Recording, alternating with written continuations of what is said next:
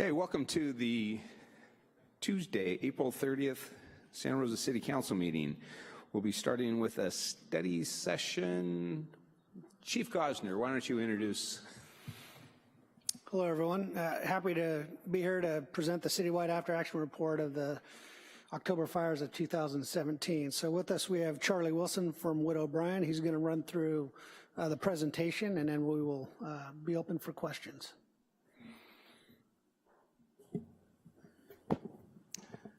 Good afternoon. I'm Charlie Fisher. There you go, that's Charlie Fisher. The chief was just trying to test me. Senior Managing Director for Wood O'Brien's. We are a crisis and emergency management consulting firm based in DC, except when I'm working in Texas, I say we're based in Houston. We have several practices, one of which is to focus on after-action reports, and I just want to give you a bit of background before getting into our findings here. Some examples. So there was a horrible fire in a skyscraper in Chicago. People were sent to the hallways and stairways, and no one was able to actually get them. We were asked to come in and do an assessment of what happened there. And some of our findings actually resulted in major changes in the way that major cities fight skyscrapers, using mutual aid from the suburbs to come in to help them so that the outer rings of the city can come in to help support that. Another example is, you may recall the horrible incident at the Indiana State Fair when the stage collapsed onto the audience right before the concert. We were asked by the governor to come in to do an assessment of that. That report has had significant impact on outdoor events and has been utilized by the NFL and Major League Baseball and NCAA. This report was actually a second report that was conducted on the incident of the fire. The initial report was completed by a company called the Kelly Crow Group, focused on the operations of the Emergency Operations Center during the event. That report was completed by Kelly herself and Sydney Reed, as well as other members of their staff, Margie Bond, Paul Jacks, and Janet Childs. The officials of the city engaged us through a competitive bidding process and asked us to conduct a wider report that would look at not just within the operations within the Emergency Operations Center, but rather what was going on the ground with the individual firefighters, with the individual police officers, all the personnel from the city. And to the extent that we can, tell the stories of what happened that night. Our team that's been working on this project since last year included Doug Main, who's a former emergency management director for the state of Hawaii. Doug likes to note that he left before the missile notice went off. He was not the director at that time. As well as Matt Stanley, a former firefighter. Am I not close enough here? Carla Pula, former police officer. Roberto Duenas, some of you may know, former San Jose city manager. And my colleague behind us here, Matt Herlocker, who actually worked on both projects. We interviewed over 90 people, including many of you, and we reviewed and evaluated several plans and related documents.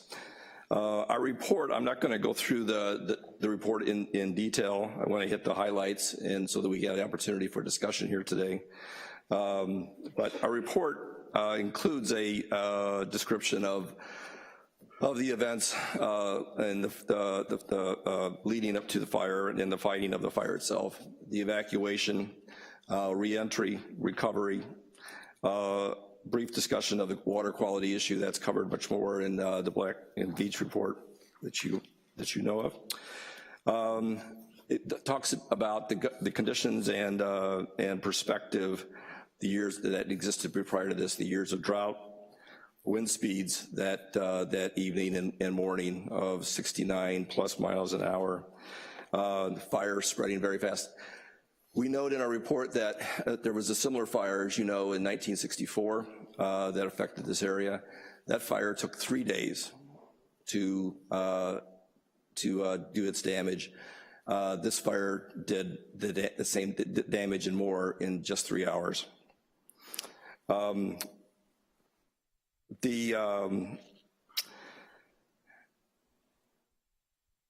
I wanted to note that, you know, we've been through and toured through the different areas that were completely destroyed and affected by this.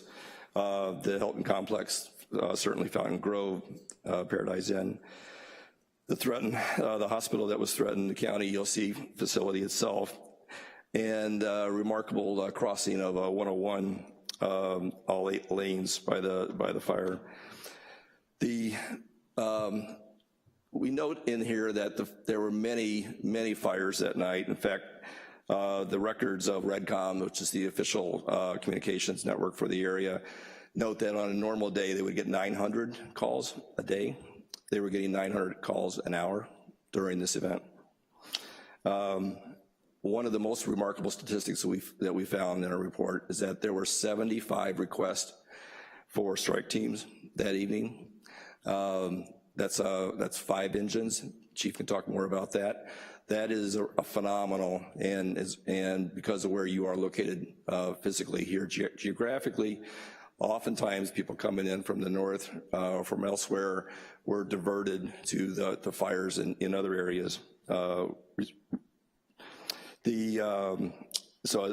much of that mutual aid didn't arrive until much later in the morning. I want to note that resulted in your staff having to go far beyond what is standardly recommended for fire protection, firefighting. So for example, a 2-unit apartment fire normally would require 6 engine teams, 2 water tenders, 2 chief officers. That night, that was fought by one engine team and 1 captain. The chief and others put into effect leaders' intent, the strategy for fighting the fire, given the resources that were available and not available. And that was continuously communicated through dispatch to everyone that night. Priorities were very clearly stated: life safety, rescue safety, evacuation, perimeter control. We heard from individual firefighters who arrived on the scene that they based on the guidance, they took independent action. They saw fires, they addressed them, and moved on to another. One firefighter noted that if the winds had lasted another 6 hours, we would have lost half the city.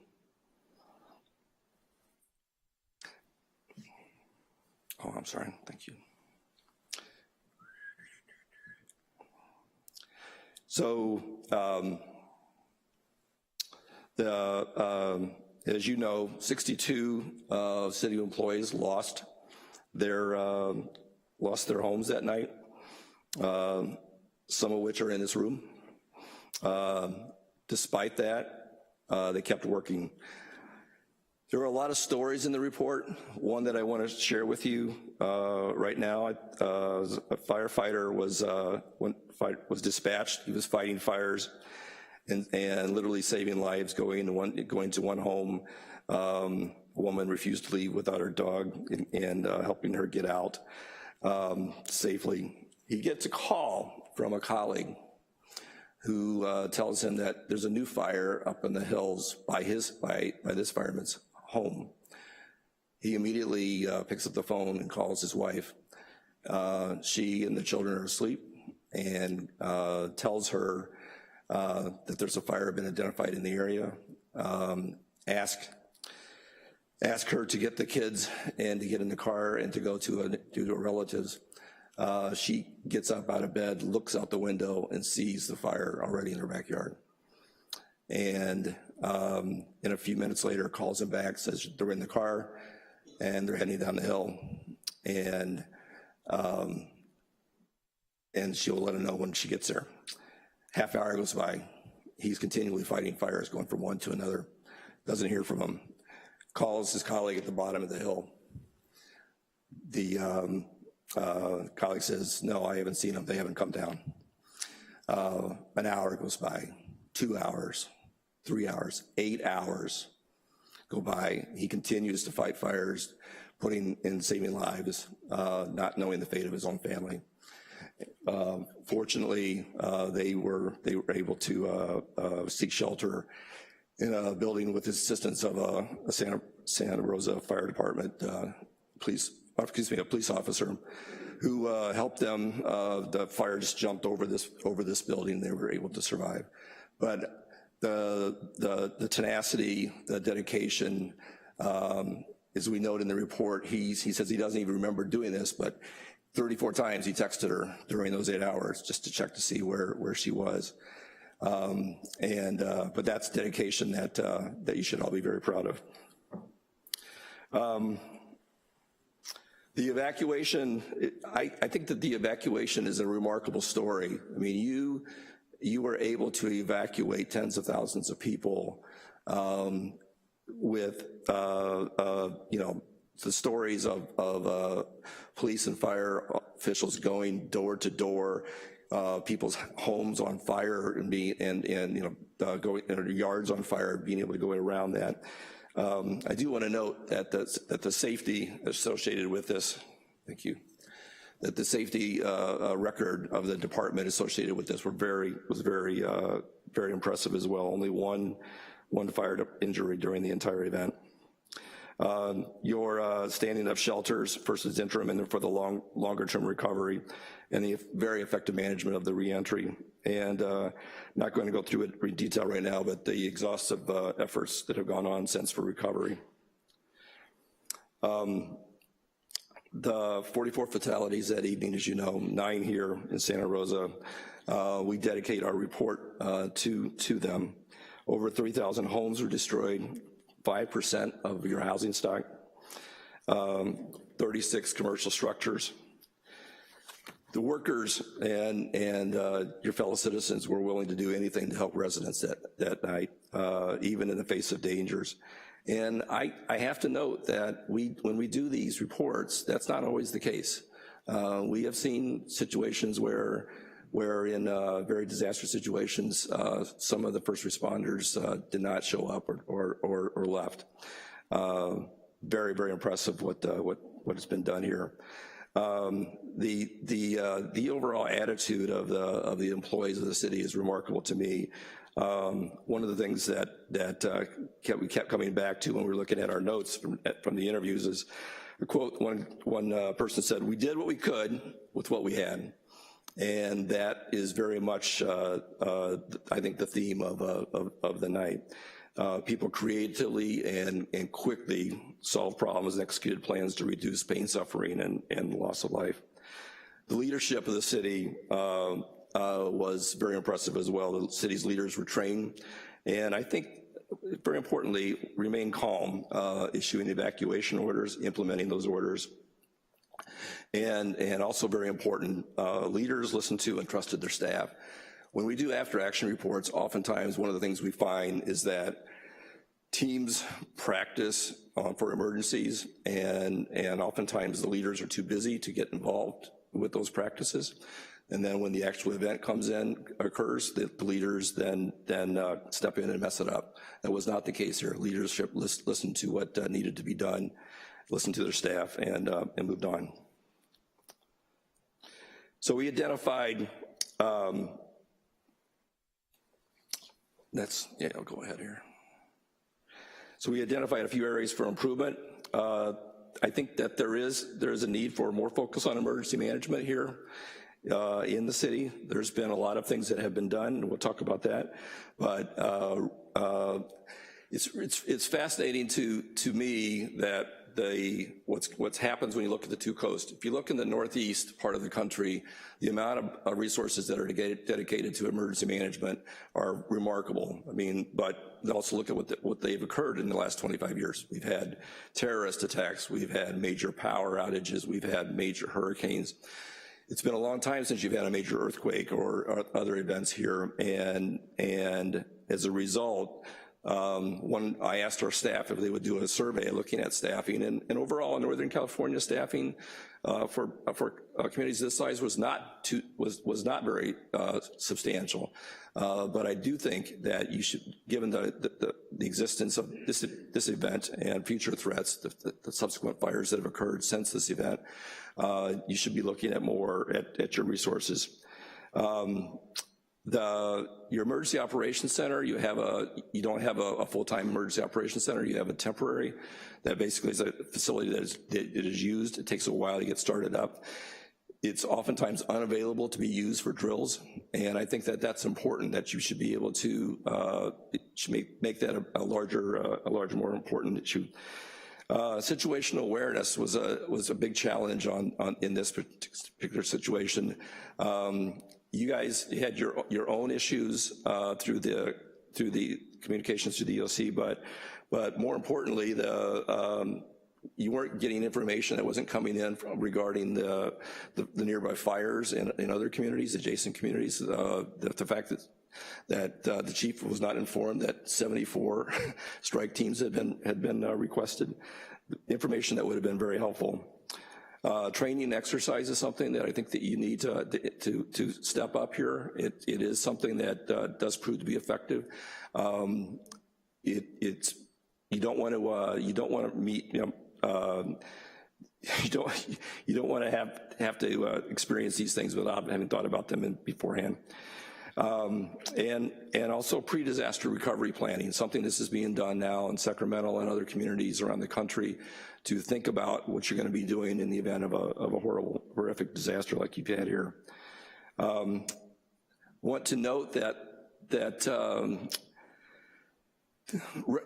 these fires don't respect municipal boundaries. So you can take actions here within the community. You can take actions regarding vegetation management policy. You can take actions regarding other policies, but they're going to be much more effective if they're done as part of a regional effort. And I really encourage you to continue to do that through Joint Powers Agreement. My colleague, Matt Herlocker, wrote a white paper included in our report about that. In other disasters that we have worked on, the lessons that came out of those reports have resulted in changes not only in those communities but in others as well. We hope that you can. I can name several instances which you already have had influence on policy in regarding evacuation, water, and so forth. As noted in our report, the city has already implemented several of the recommendations that we had. Today we learned more about, this morning we learned more about the continuous improvement program that's been shared with the council recently. And finally, I just want to note, as I said, we've been doing this for a long time and doing it in a lot of different places that went through some really, really hard times. One of the things that really stuck out to me in this particular situation is that in some of these other communities, everybody kind of turned against each other. Council members turned against staff. The staff turned against staff. A lot of finger pointing, a lot of accusations, and I didn't see any of that here. I think that is a tribute to your community. This is probably it is the worst disaster that we have done in these reviews. And for the fact that you guys have come through this and approached it in the way you have is something to be proud of. Very happy to answer any questions. Thank you, Joseph, for that presentation. Chief Gosner, I know you gave all of council a priority list of action items. Could you give us a highlight of what this document or how this document will be used in the future? Sure. So let me look at this. So this is recommendations from the report, right? And both reports, the Kelly Kroll report and the operations report. So what this does is gives us what the recommendations are, who's working on it, and timelines that we are supposed to achieve some of these. Some of them have been completed. Some of them are a work in progress. A lot of this is a bit of a living document, meaning we are always making improvements where we can. And that's what we're using this document for, really, is to make sure we're monitoring our progress, make sure we can report out to council and the city manager moving forward on where we're at and why we're at, right? So a lot of it's funding, a lot of it is just time and commitment, and some of it is waiting for other actions to take place, whether it's at the county level, the state level, the federal level. There's a lot of things that kind of go into some of these recommendations, but everything we have control of, we have timelines associated with them, and we're trying to hit that mark. So we'll be bringing this back on a quarterly basis to the council. So this will be a living document. There will probably things that will be added to this list of items and things that will retire once we've put to effect the changes. But the first go around was to address the points that were raised in the after action report, give the council and the community an understanding of where that process is and when we're expecting to achieve deliverable. There are some things that are going to be ongoing. They are just going to be part of our annual way of doing business. But one of the things that came out of the report was a need to realign some of our communication and situational awareness, and to have a better working understanding for the council during a disaster. And one of the things we're going to start with is an exercise which will involve council members this summer, and it's in the document. We're going to put a policy committee together. That policy committee will be have the mayor and the vice mayor involved, but all council members will participate, have the opportunity to participate in the drill. And once we go through that drill together, then we'll be bringing back a written policy so that we have a way of understanding where that responsibility is. But even embedded in that was when the city created a PIO function for the city, we now have a way to create a liaison, which we didn't have before, for council members. So there's some things that are going to come forward over the next 6 months. That's one of the things that I wanted to point to, is that we're going to have this policy group, we're going to drill around it, and then we're going to bring back, through that experience and your input, a recommendation on a policy that we can formalize around those particular types of events. Great, I really appreciate that feedback and realizing that this is a living document. And where will this be so that members of the public, because that's one of the things that, you know, obviously the chamber is not packed this afternoon, but there's a lot of this information. I think many members of our community have no clue how complex this is, and I think it'd be wonderful. So after tonight, we'll take any input that we garner this evening. We'll finalize the document. We'll publish the document with the report on the recovery site, and it'll be there ongoing moving forward. Great, thank you so much. Council, questions? Mr. Vice Mayor. Thank you, Mr. Mayor. So as I was reading through the report, I was trying to cluster it into themes.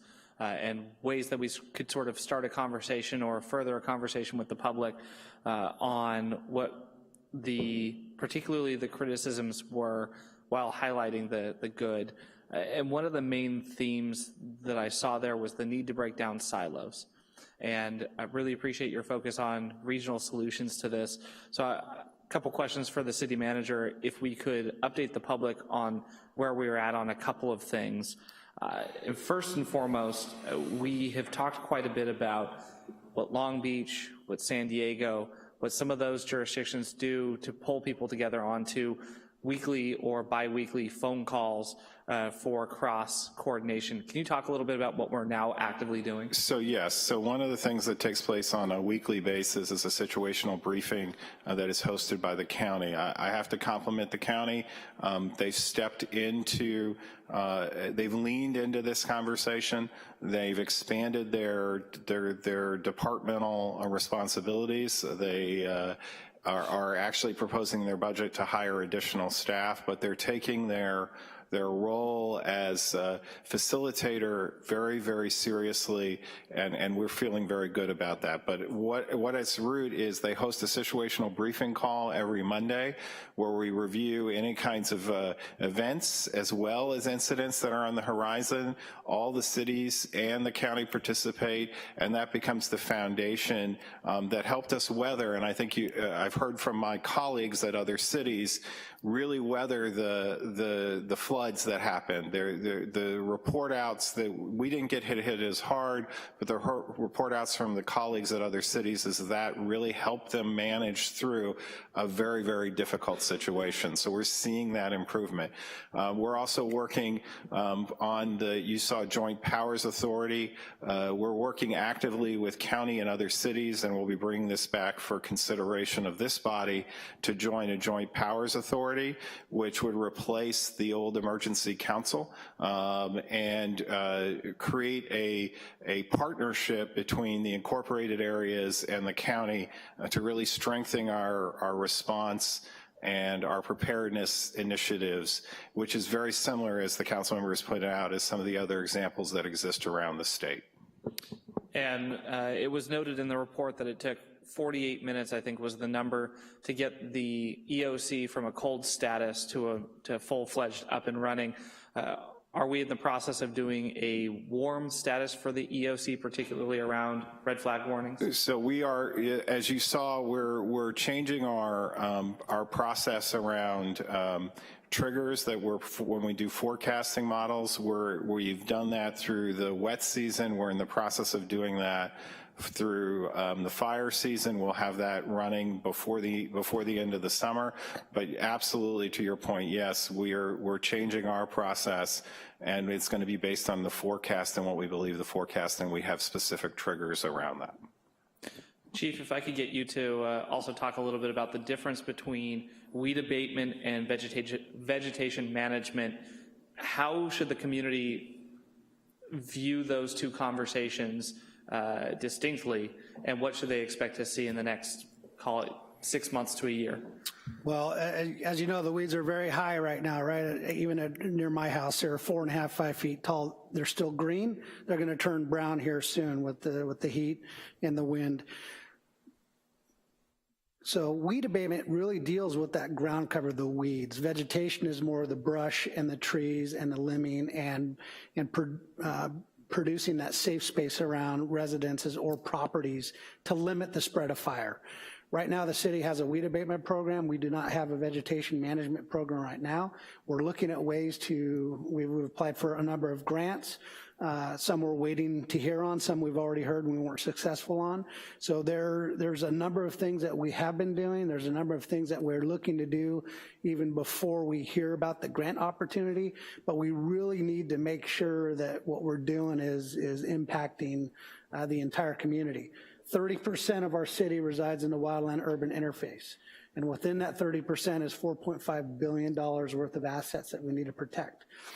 I'll remind you that Fountain Grove was a fire-wise community, and we need fire-wise communities. Oakmont's going through it.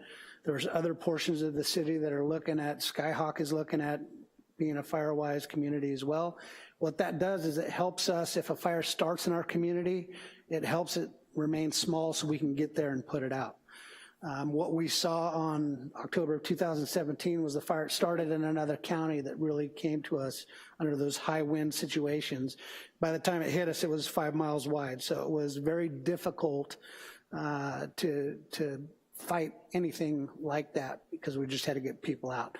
But if we have a regional approach with vegetation management, that would create some space in these areas where we have some of these historical fires that lead to large loss of homes and life, then we can make a difference. But it is a regional approach. It takes not only Sonoma County, it'll take Napa County, it'll take Marin County in some instances, it'll take all the communities around us to do the same thing, right? So you can be the most prepared as you can be, but if nobody else is doing anything, it makes it very difficult under those very, very extreme conditions.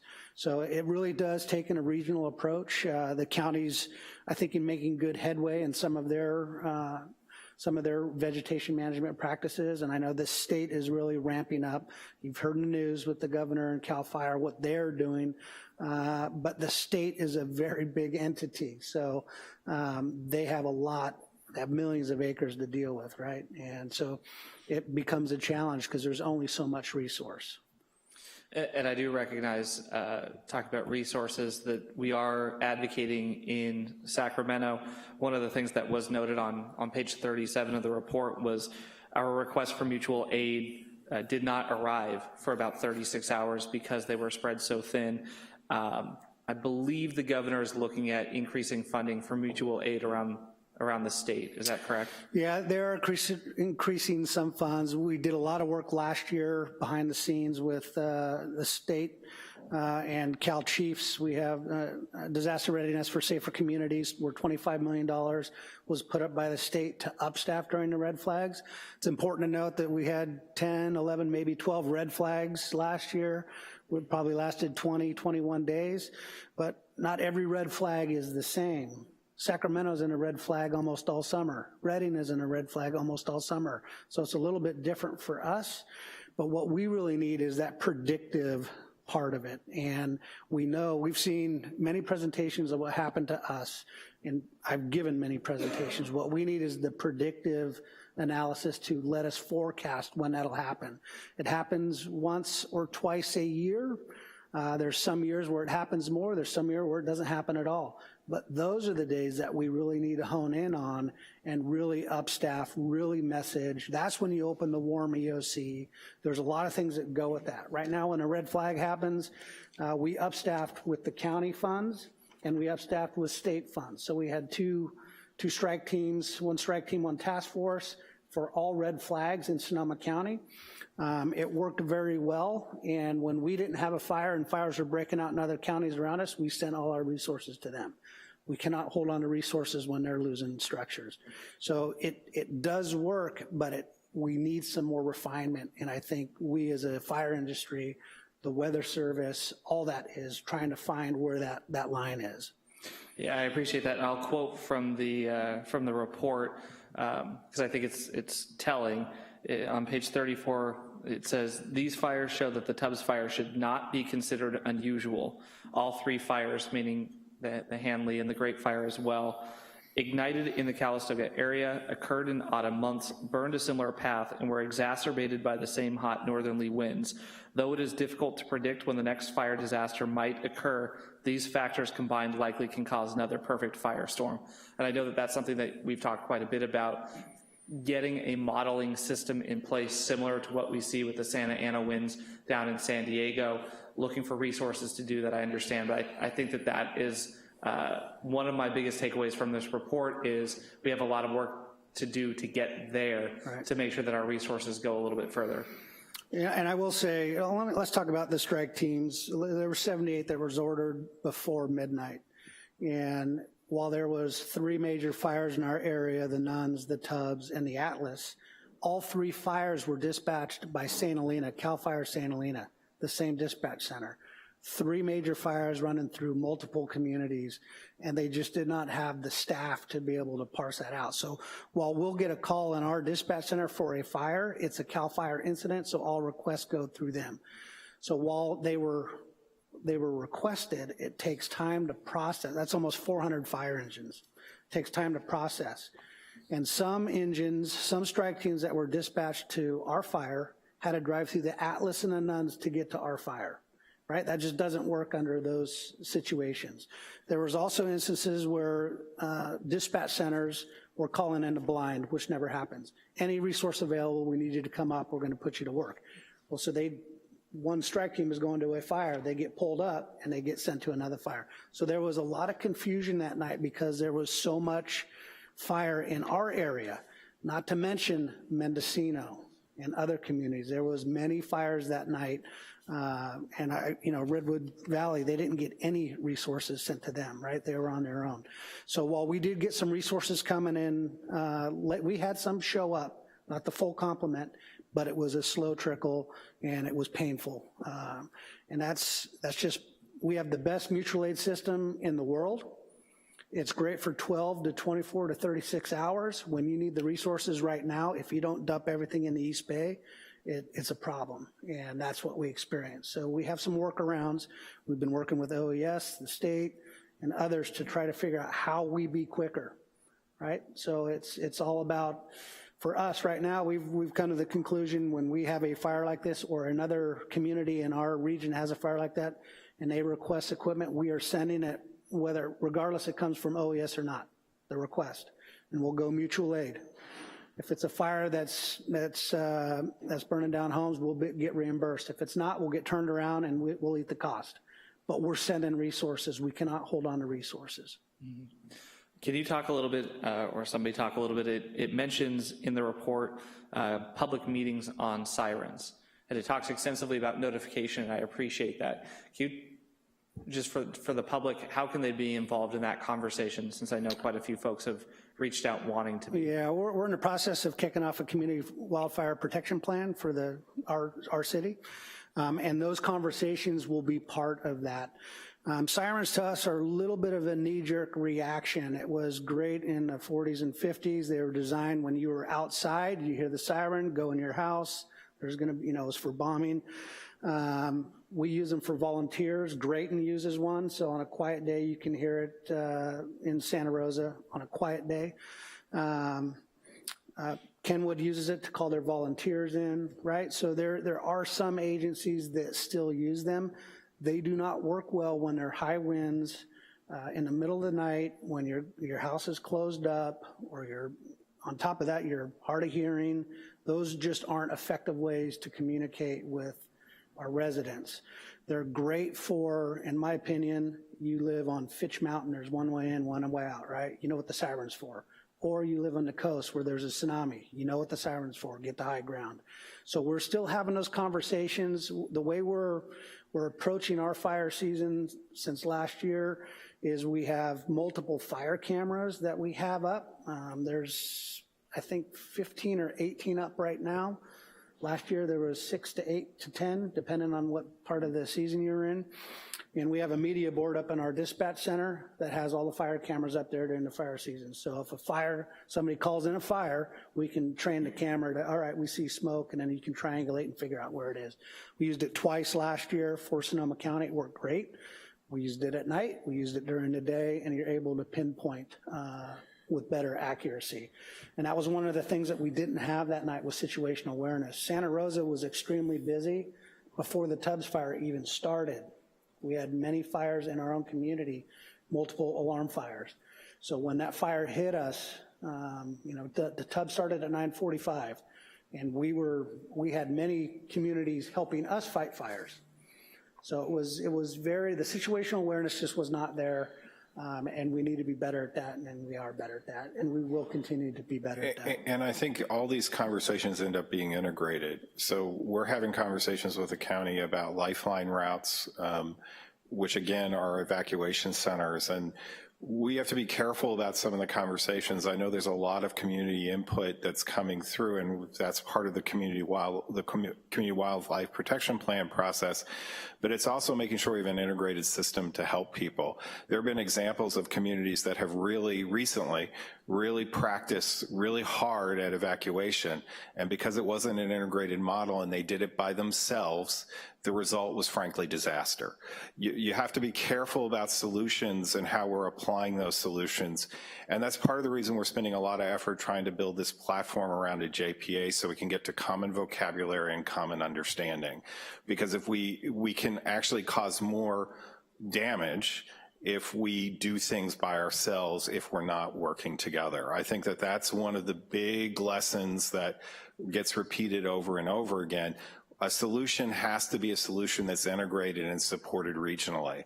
And that's why these are very, very complex conversations, and conversations that I don't think I have to compliment the council on, the willingness to get in these regional conversations, the willingness to have conversations with our state and federal electeds. I can't diminish the fact that this community actually got certain things put in the reauthorization bill for the recent Federal Register are the work that's being glossed over just a little bit in this report, because you had a fuller report on this about Fountain Grove, and the work that was done with the water quality issue has changed the EPA processes.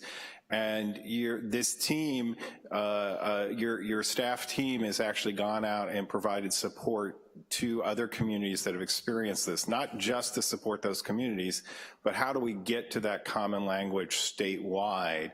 And unfortunately, we have some places where we would like the state to actually be more direct, present less options for folks, and sometimes we get pushback that, well, every community is special. We do believe that, but we also believe there needs to be common language across the region and across the state, and that's an imperative. And that comes from this experience. And I appreciate that. And it's a great segue. Last thing, and then I'll turn it over to the rest of my colleagues. Mr. City Manager, I'm going to read a paragraph to you, and I'm just hoping you can comment or discuss a little bit. Recovery is moving forward, but Santa Rosa could benefit from formal pre- and post-disaster recovery plans to help coordinate the long-term recovery effort. Additionally, most of the recovery effort is being carried out by current city staff.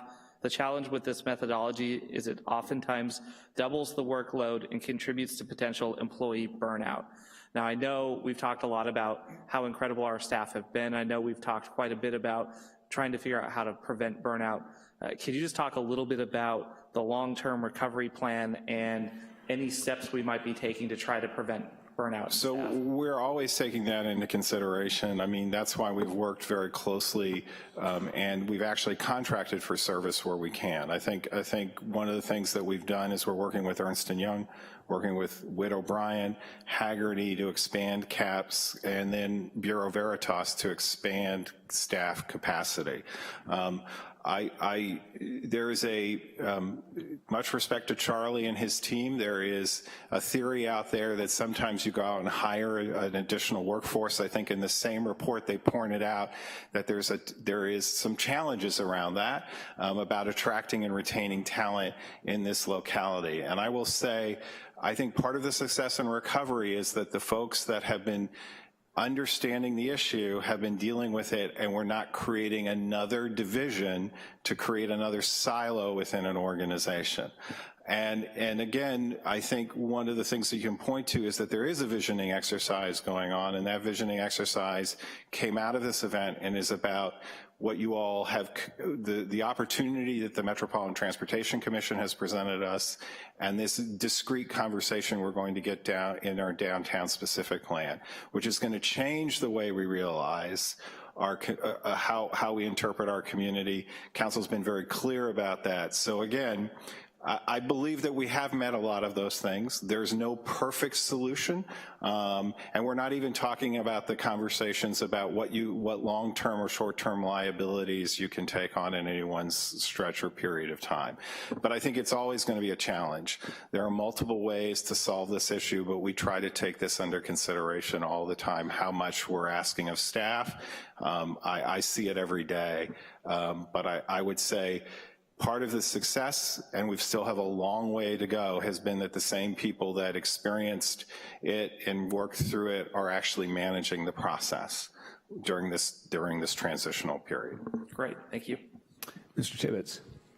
Thank you, Mayor. Chief Gosner, we discussed briefly, and I think a while back, we talked about vegetation management ordinance, some of the work that you're starting to kick off, and I think it was supposed to come to the council right around this time, maybe in a couple of months. But when I read the recommendations here, specifically about formation of a JPA, which I have a subsequent question on, but formation of a JPA and doing some of this weed and vegetation management, but instead as part of a JPA. I mean, I guess my question is that the JPA has always kind of been out there in the background and outfield in my mind as a policymaker. It's something we've slightly discussed, we've touched on, but I'm not sure what concrete steps are being taken to actually achieve that, not to mention the barriers. Can you tell me or staff about where we are with the JPA? Because it almost seems like we need to get that going sooner than, what would it be, January 2020, and get that vegetation management in place. So like anything, there are there are lots of stakeholders in this conversation. There is a need to talk to other incorporated cities, and we are in a process, council member, about doing that. And we are helping that process, but it is a multi-jurisdictional conversation. I'm hopeful that you will see something around that this summer. The legal team has actually delivered me a first draft of that document, but we are working with our partners because it's not something we can do solely. It's going to be the other cities and the county in that joint powers authority. So are we still moving ahead with a citywide vegetation management ordinance and then going to fold that into a regional effort that will happen subsequent to what we do? Yeah, we're going to work on a vegetation management program as well as the weed abatement, two separate things. If the JPA, when it comes through, it'll fold right into that. Okay. But we have to do what we need to do to protect our community. And part of that is reaching out, educating, providing those inspections and making sure we all, right, public and private, are doing everything we can to make it as safe as we can. Okay. All right. Thanks, you guys. Ms. Combs. Thank you. And thank you very much for highlighting what a wonderful job our staff has done. I think at all levels, our staff has been amazing. Water department, bus department, I mean, departments that you don't immediately expect to be first responders were behaving as first responders. And I really appreciate your highlighting that. I also appreciate your highlighting the actions of neighbors in neighborhoods. And I think we've seen before, during, and after some remarkable work done by neighbors and neighborhoods. So thank you very much for that. With that in mind, looking at, for example, 1A on the recommendations list from the chief, activating the EOC sooner, perhaps having it be warm when we have a wind from the northeast with low humidity, and, you know, to establish specific sort of more discrete, not every red flag, but a more discrete kind of even more red flag situation, because that's pretty much, it's the very dry high wind from the northeast that gets us into big trouble. If we have that, is there a discussion going on where we would notify our neighborhoods so that people can make a decision, for example, to evacuate early, or to have their radio on, or to keep their phone on that night, or, you know, to be prepared for a notice to come?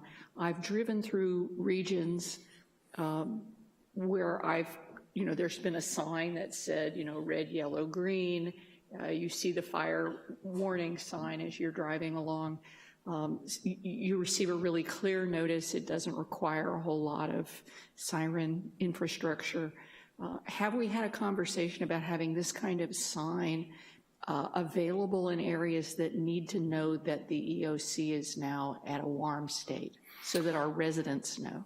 Yeah, we haven't discussed creating signs to notify whether the EOC is in a warm state. I will tell you that Chief Westrup and myself spent the day in San Jose last Friday at a San Jose State University for a fire weather behavior day, if you will, with a bunch of scientists. And what we keep hearing is, you know, we hear about the Tubbs fire all the time. Well, we lived it. We understand that. We need predictive models.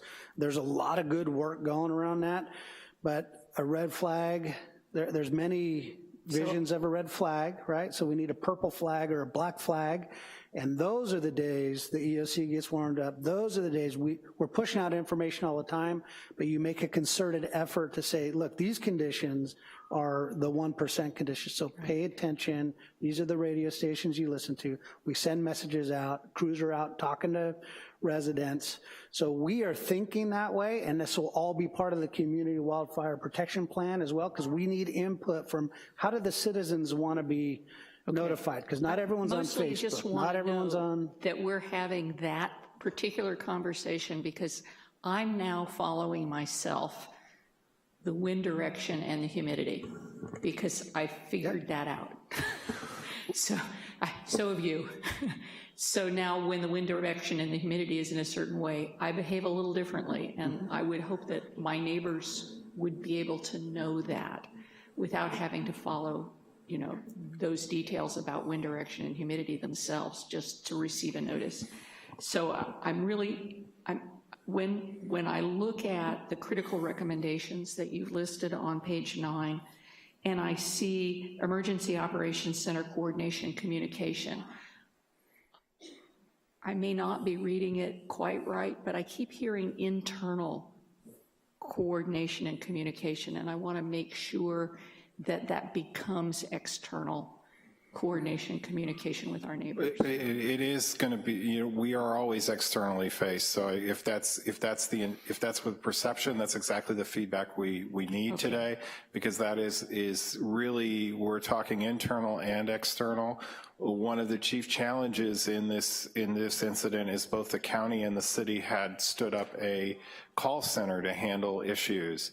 That became a huge issue just in communications, because we had competing communication messages, confusing communication messages, and you see even that is being addressed to the initiative that the Sonoma County, United Way of Wine Country has taken over the 211 system, and I suspect we're going to be back, not in this budget cycle, but in a future budget cycle, and asking you all to be investors in that model, because that's one of the keys to actually getting a consistent informational briefing. So to answer your question, council member, that this would be a reliable place where folks could understand the current conditions. It's one center that was coming back with multiple languages being able to be fielded, and taking a lot of pressure off of our 911 dispatch. And I love how that worked in San Diego. I'm hoping that we're looking at a similar. We are, and I want to make it really abundantly clear that that's part of this, is that it's not just internal facing, it's external communications. And, you know, again, we're trying to make people prepared not just for fire events, but for all hazard events. And this summer, we're doing a series of community workshops that was funded by the Community Foundation as one of the lead participants to go through neighborhoods to help people be better prepared. But we need partnership, just like during the firestorm where people help neighbors. Community members have to be prepared. They have to take ownership of that. And we're not going to, I think it's less than 3% of our population is first responders. We're never going to reach everybody. Neighbors have to help neighbors. You can't make assumptions. We need you to go out and knock on doors. We need you to assist during an emergency situation. That's one of the big lessons here, is that neighbors, it wasn't just the first responders, it was neighbors helping neighbors. We need that assistance. We're always going to need that. Following up on that, which you have segued me beautifully to my next questions, you know I have been a strong advocate of support of our Neighbors Helping Neighbors program. The original one that we had was called COPE, and I am not married to the concept of COPE. I would take a CERT or any similar organization, though COPE is well organized. I have moved now within Santa Rosa three different neighborhoods, each of which had very good and effective COPE programs, including my new one, which I was surprised when my neighbor came over and knocked on the door and said, "Hello, you're new to our neighborhood. We need your COPE information." I was like, oh, great. I didn't know it was still going here. So I am aware that we are not staffed in a way that makes us able to do COPE the way it could be done. And even if we choose another mechanism, can you give me an idea, will we be having a budget conversation about the COPE system? Is it coming forward to us so that we can reinvigorate and energize it? And I think now is the time to, excuse the analogy of strike while the iron is hot. But. So we are going to be having a conversation in budget. The county has actually budgeted for a position. We will be bringing a similar budget position back for consideration. We are hopeful that there may be, as this regional model gains strength, that there may be some real synergy to make sure, again, that in all these exercises we're using the same vocabulary across the county. So you are going to see some things in the budget that are specifically referenced in here, and strengthening our community involvement and education is going to be one of those budgetary items. Okay, is that included in the section 8A on the list from the chief? I'm looking at 8A and then at 10B. I think it's Is it 10B? 10A and 10B are going to cover that topic. Okay, and the other one I wanted to check was 13B,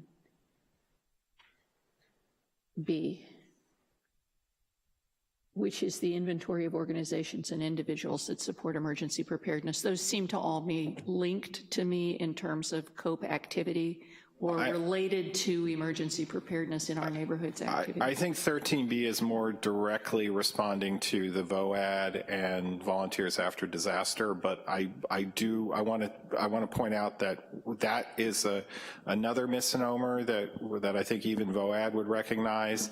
That organization needs to be functioning even not after a disaster, but as a continuous process. Yes. And so we need to strengthen that. That's one of the another things that one of the 211 system can help strengthen, but we do need to work on that. But I would say that could fall under that conversation, but we're going to be bringing forward a position that would be doing some of that work, because it is just not possible for the EOC manager to do that and do the EOC manager's job. So to sum up where I was headed, the 3 key points of communication, training, and exercises, I just want to make sure that they're not limited to internal, but are outward facing and really involve our neighborhoods and our community engagement.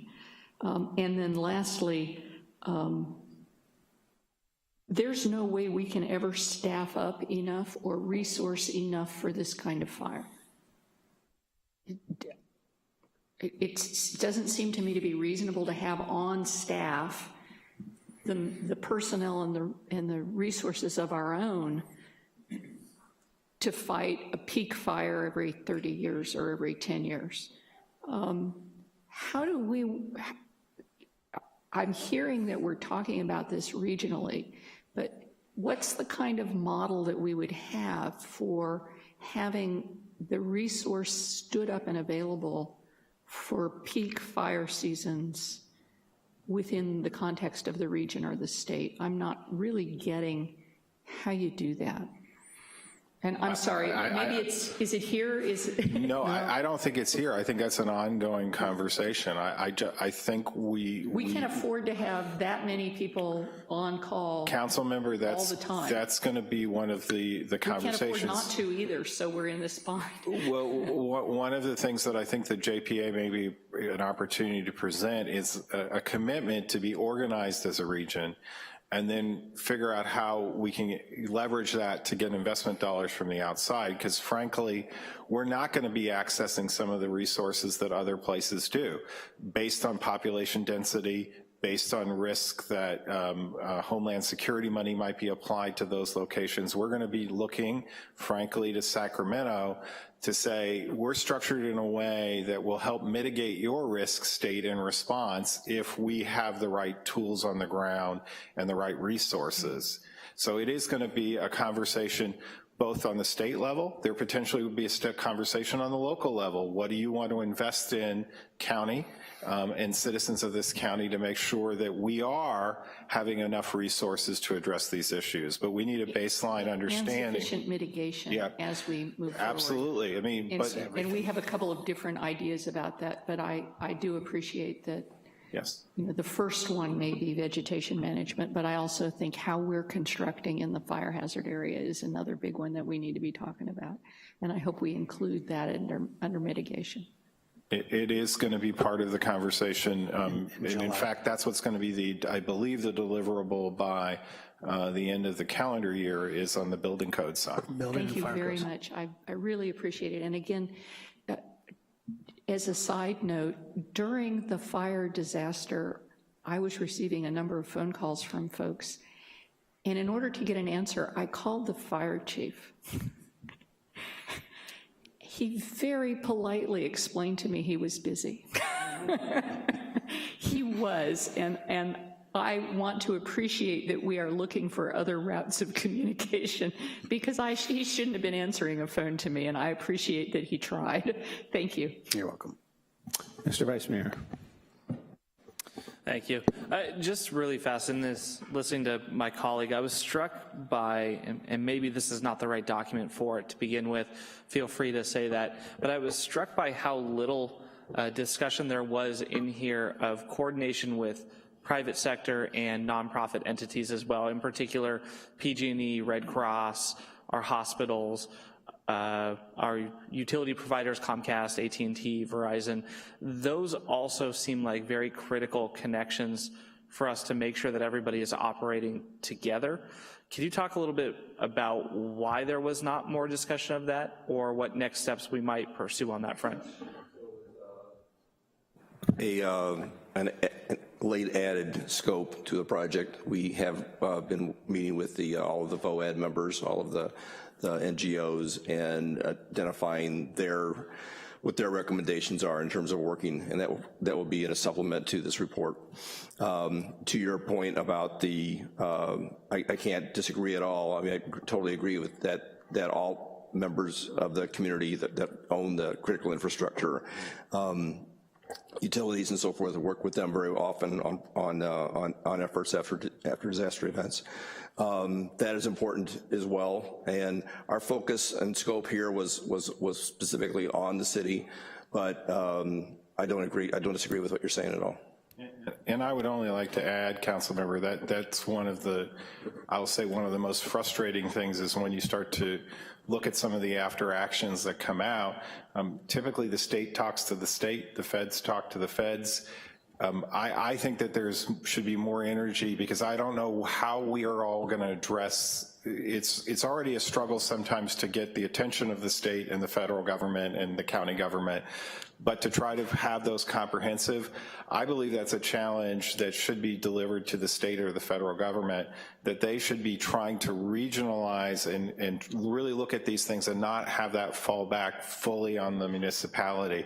There is some real struggle though in getting those agencies. Typically the state talks to itself and the federal government talks to us. How did we do, right? They haven't set up real formal mechanisms, especially the federal government, about how to get together and compare after actions, or what's the missing in that conversation. So I think to your point, it always becomes where do we stop this conversation? And frankly, we could go on in analysis in a whole other set of circumstances. But to Charlie's point, we did recognize that was one of the things that we really wanted to capture, and we've asked for some subsequent work on that front. I appreciate that, thank you. I could address the two specific agencies you talked about. So we have a great relationship with the American Red Cross, and we coordinate with them and work with them all the time.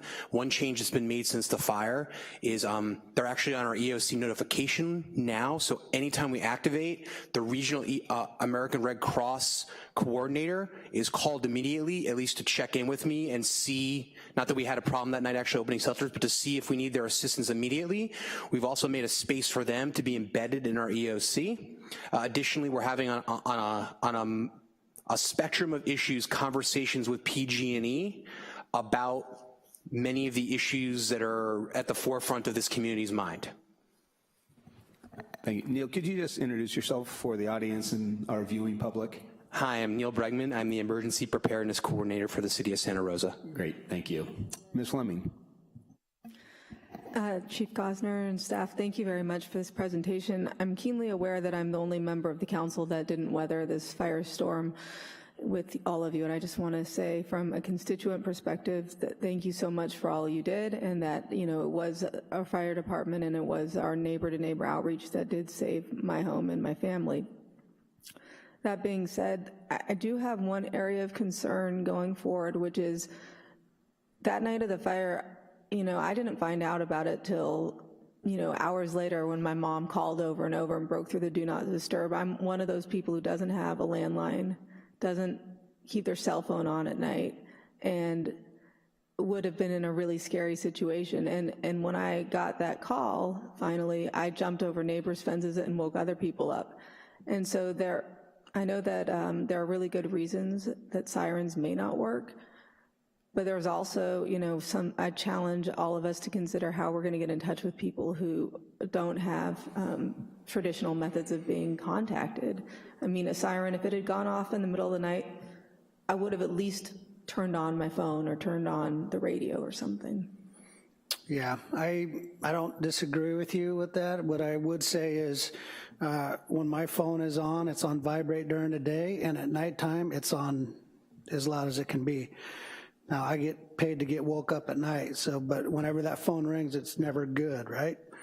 At nighttime, I want to know what's going on. So I encourage everyone that has a cell phone, you don't have to sleep with it next to your head, but keep it in your room, charge it before you go to bed, because a lot of people charge it in the kitchen and it's silent, right? But that does not help us.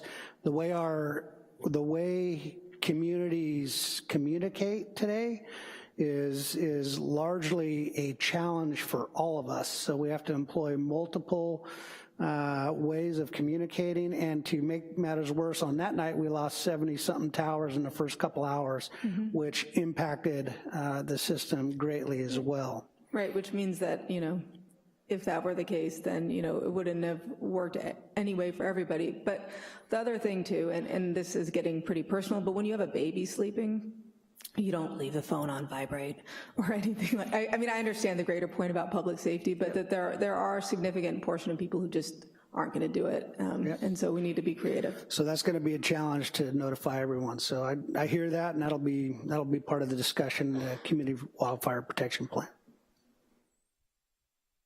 Great. Thank you. I just have a couple questions. On page 11 of the report, there's some comments, and you might have covered this a little bit, Tony, about careful consideration is given to department commitments for out-of-county assignments. Is that related to mutual aid calls? Because I'd be interested to know that, say we're on red flag warning, we need all of our personnel here, but something's hit in Marin County, Lake County. Can you tell me what that means to us? Well, what I could tell you is when we up staff, it's for our community and for the county as well. So if our neighbors need help, we send help, and when we need help, they send help. But I will tell you, if we're not on fire and another community is, we will send those resources out to fight fire. So when we send a resource out, we always backfill, so the city is always whole. The night of the fires, everyone was in, and all the equipment was tapped. So people were in pickups and vans and everything that we get our hands on. So we typically don't go with the station once we send a unit out, the station gets staffed back up. Does that make sense? Yes, that does. Yeah. Anything else, or are you done with that? Yeah. Talking about the phones, because I remember when we were in Washington, D.C., and your phone went loud, obnoxious sound, there was a medical emergency. Is that the WIA, the wireless emergency alert? That's the wireless emergency alert for Pulse Point. So that activates for anybody. So I have it on my phone. If there's CPR needed within a quarter mile, my phone will activate, letting me know so I can, if I'm close by, I could help. It also tells me if there's AEDs around so we can shock people. But that is the same technology that we did not use in October, which was the wireless emergency alert. We use SOCO alert, which is an opt-in. Wireless is an wireless is an opt-out. So everyone has it on their phone unless you go in there and turn it off. SOCO alert is an opt-in, which means you have to sign up for it. And when we send out an emergency notification, it'll do that to your phone. It'll activate and let you know what's going on. Right, so with the WIA, and I know what we're advocating in DC is to get the private carriers to participate with. Can you give us an update as to where we are with that effort? Yeah, so what we found, the county did some tests last year that we were part of. We tested community of Roseland, I believe Kenwood, the Russian River area. There was 5 areas that the county tested. We were part of that. And what we found was that whether you had AT&T or Verizon and you were in the same room, one phone would go off and the other wouldn't. And part of that was the way the system was designed, how you create a polygon or the area that you want to notify. If you're just out, if your cell tower is outside that polygon, it might not activate, depending on the carrier. So we're working with the FCC and the state. We bring this up with these meetings that we deal with the state all the time. everyone needs to be on the same page. If there is an emergency, every tower needs to be able to send a message no matter who the carrier is, because it's a matter of life and death. It's public safety. And so we're working through that. It's, I won't say we're there yet, but we're doing everything we can, and we're working with the FCC as well. So that's about as much as I can update. I mean, it's a problem for me because it just does not make sense. And when you talk to the FCC or other folks, they kind of look at me too like, yeah, that doesn't sound right. But there's so many variables in the technology that it's difficult to pinpoint, but we're working towards it. And with our regional approach with the other fire services, is this a regional issue that is being addressed regionally, or is it just the Santa Rosa Fire Department has an interest in? No, this is a regional approach. Okay, and I read in the report that are they being deployed, and if so, what is the takeaway for residents that may see as I'm driving down Coffee Lane and I say, oh, the red flag, what would your recommendation to the members of the public? Yeah, anytime you see a red flag flying on a flagpole at the fire station, which means we have a red flag condition, which means it's low humidity, high winds, combination of both. That should alert people to pay attention. Just like Councilmember Combs said, she looks at weather differently now. We also are trying to get that message out to the residents of Santa Rosa, and quite frankly, that's a county-wide system. So the Sonoma County Fire Chiefs have bought all the flags for all the stations, and the thought is everyone on those red flag days would raise them, and there would be messaging on all of our websites. This is what it means and why and when you'll see it. Great, okay. Talking about sirens, it's my understanding, not the Santa Rosa Police Department, but other law enforcement may have purchased sirens on their vehicles, which seemed kind of confusing as we're advocates for this regional approach. A, do you know, is that the case? And B, if one were to hear a police siren, what message is that? So Napa County decided after the Atlas fire that they would use the high-low siren, which is not a siren that we typically use in the state of California, right? So they reprogrammed their radios, and that high-low siren is to alert occupants that there's evacuations in progress. Sonoma County Sheriff's Department also went that way, and I believe Santa Rosa PD is also gonna employ that. So when you hear the high-low, that is to say that there's an evacuation order in place and to get out. Where we're at with that right now, I am not sure, but that is the thought. It's more of a regional So we're looking at that. We've applied for some funding for that particular initiative, but the challenge is, as I've understand it, is even though there was an intent from some of these law enforcement agencies that once again, the technology may be more challenging than the desired solution. So I actually, my understanding is I don't believe, unless Neil can correct me, that has actually been implemented yet. I'm not aware that SRPD has implemented the high-low. Sirens, whether they're on a police car, of course, or fixed locations, they're all outdoor warning systems that have the same issues when you're inside a home at night with the windows closed and hearing them. We have applied for a grant for something else, which would be, so the NOAA radios, the National Weather Service ones, can be used in other situations as well, and we're working with the National Weather Service to be able to employ those as a way of warning the public, and if we were to get a grant, do like a radio giveaway for the public, which is, along with the other systems, WIA, SoCo Alert, a more effective way of people in their homes being alerted that something is occurring, rather than an outdoor warning system, which is likely to be unheard by the majority of the population. And I totally get that. I guess maybe if you could just, when we get the answer, to find out what is here locally, because as we've talked, this is a regional issue, and if I'm across the line from the city of Santa Rosa to the county, hear this siren, I'm not exactly sure what to do, so it'd be great. Yep. So that's one of the continuing, and again, that's why we're trying to get some baseline understandings here, so that we are working in concert. There's progress there, but there's still a ways to go in that conversation. Okay, and then this may be more for you, Mr. City Manager, on the recovery efforts. Kind of was touched on finding 9 and finding 19, the long-term recovery efforts. And I didn't see Rock Sonoma County mentioned here anywhere where it's related to the individual recoveries. How does that incorporate into this report and our action plans, or is that a separate conversation? So I think you heard from Charlie that we've reached out to have some of those conversations with the VOAD team that became the ROC team. We will have subsequent, there'll be an amendment to this which will include some of that documentation. Great, thank you very much. Council, any other questions before I go to comments? Okay, first card is from Dwayne DeWitt, followed by Thomas Ells.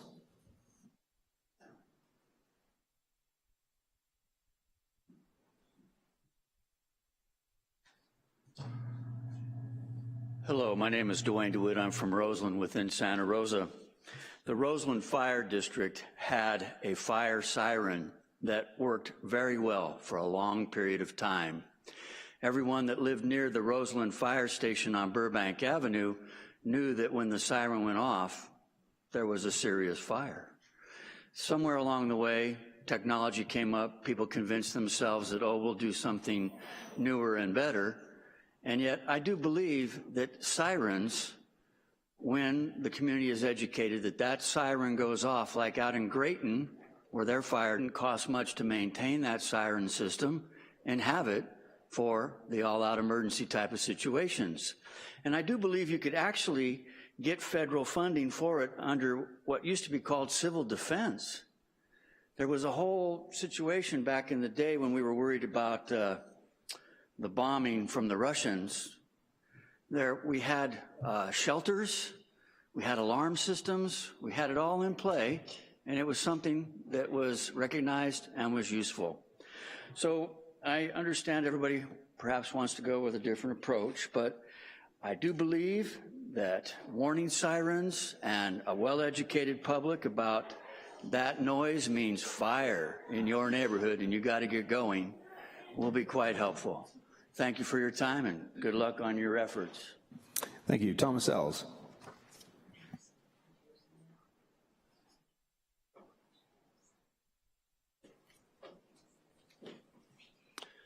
Hi, thank you for having this discussion.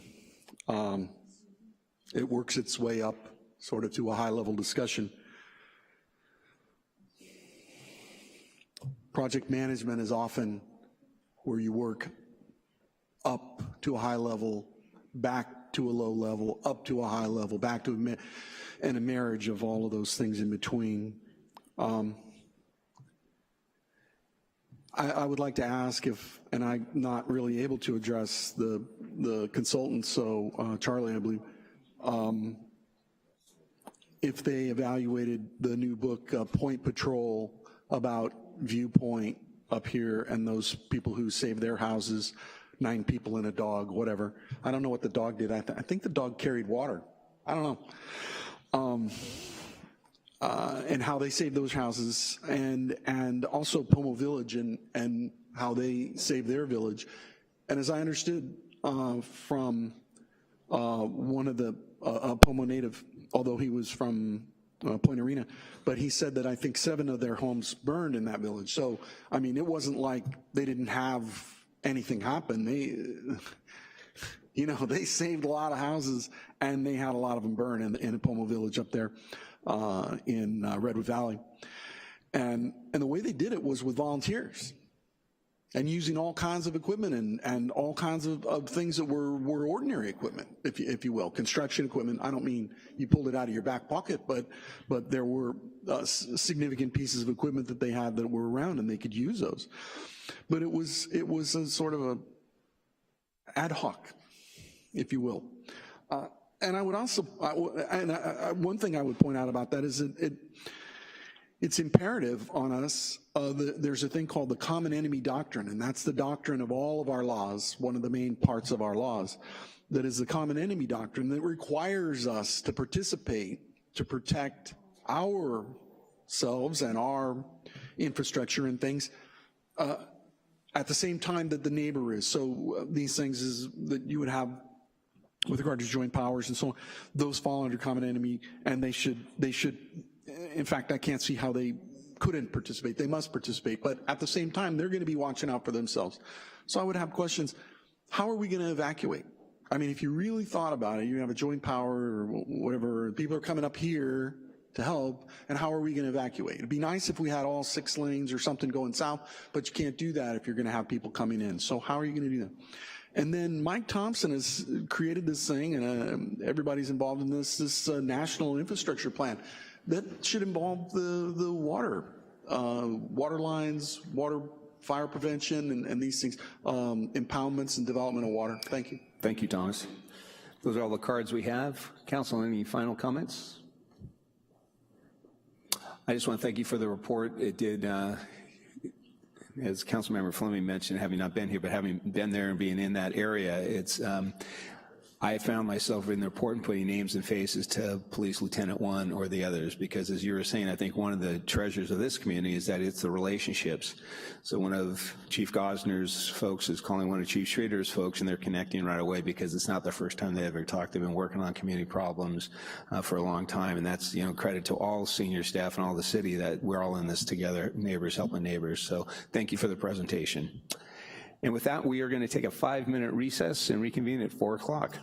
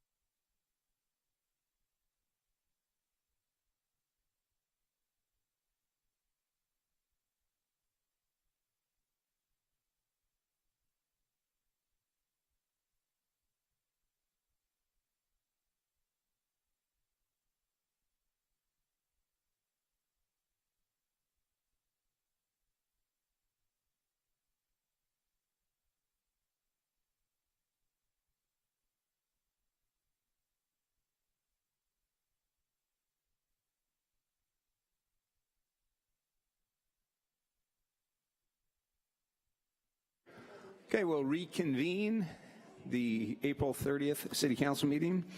Madam City Clerk, could we get an announcement of the roll call? Let the record show that all council members are present. Report on study session. Mr. City Manager, would you like to do that briefly? Nothing additional to add. Madam City Attorney, closed session.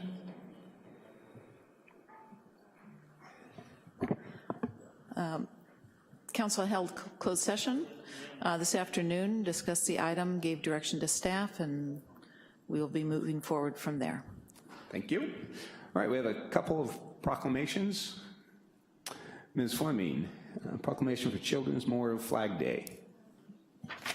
And if Greg Spalding or Mike Miller are here, this proclamation is for you gentlemen.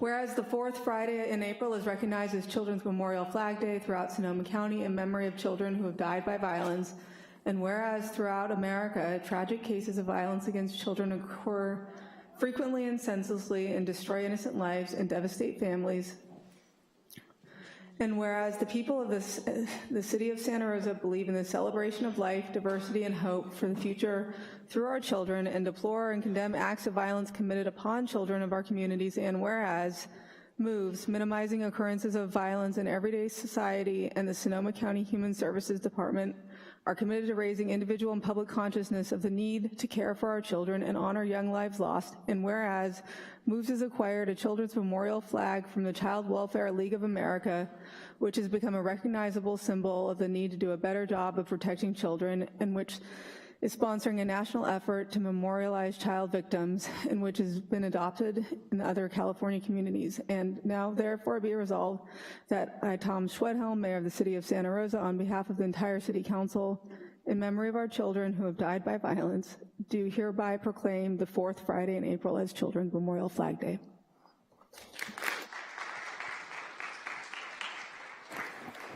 Sir, would you like to make some comments? I see you have a mic. Yes. Okay, we can just stand here. It's an honor to be here before you all, Mr. Mayor and City Council. My name is Steve Barry, and we've been working with the group Moves now for over 20 years. Move was started originally by Judge Arnold Rosenfield. He wanted to bring about something called the Day of Nonviolence. And so for 20 years now, we have been doing that. Usually it's a Friday in the month of November. Since this is the month of April, which is Child Abuse Prevention Month, we come before the City Council and we ask to have the proclamation issued. And so thank you for doing that. We were asked to point out, you see the silhouette of the missing child. Last time we didn't do that, just wanted to bring that to your attention. So in addition to having the memorial flag, we still have the Day of Nonviolence, which is a day in November, and it's usually a luncheon that we have, and we honor individuals and groups that are working toward the causes of peace. And so we always like to say, we only have that one day of nonviolence, but it's our hope that every day will become a day of nonviolence. And this is John, and John Goring would like to say a few words too. Once again, thank you all for your support.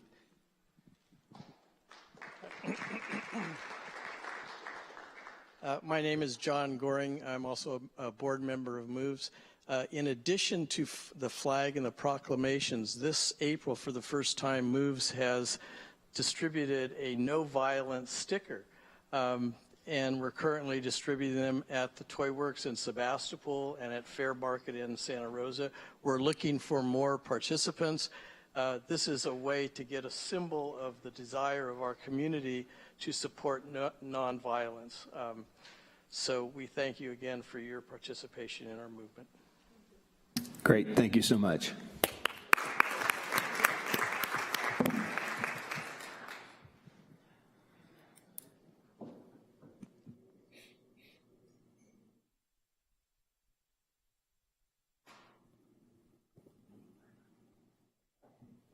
All right, we have one more proclamation. Mr. Oliveras, the Volunteers and Police Services. Thank you, Mr. Mayor. I get to welcome quite a few VIPs in our community this afternoon, so I'll ask them all to come forward. I think we have Ken and Dave and Ron and Les and Richard, Sandra, maybe a host of others that are coming down. and I'll begin reading the proclamation. Whereas April is National Volunteer Month to honor and recognize those individuals who volunteer their time and talents with the Santa Rosa Police Department, which benefits the Santa Rosa Police Department itself, as well as the residents and visitors of the city of Santa Rosa. And whereas the Santa Rosa Police Department's Volunteers and Police Service Program, VIPS, has been in place since 1997, and whereas the Santa Rosa Police Department greatly relies on its VIPs for a variety of services, including neighborhood watch presentations, Citizen Police Academy, Youth Citizen Police Academy, Policía y la Comunidad, Senior Expo, Ironman, the Human Race, Rose Parade, other community events, Downtown Ambassador Program, Abandoned Vehicle Abatement, the Tree Lighting Ceremony, Enforcement of Disabled Parking Laws, Graffiti Abatement, bike safety and bike rodeos, photography of events, and various administrative duties. And whereas in 2018, 22 VIPs logged in excess of 4,618 hours, which results in the city of Santa Rosa savings of approximately $215,675 during the past year. And whereas the assistance they provide both the department and the community is essential in providing customer service to the Santa Rosa Police Department and to the citizens of the city of Santa Rosa. VIPs help make Santa Rosa a safe place to live, work, and play. Therefore, be it resolved that Mayor Tom Schwedhelm of the city of Santa Rosa, on behalf of the entire city council, thanks and extends gratitude to the volunteers and police service.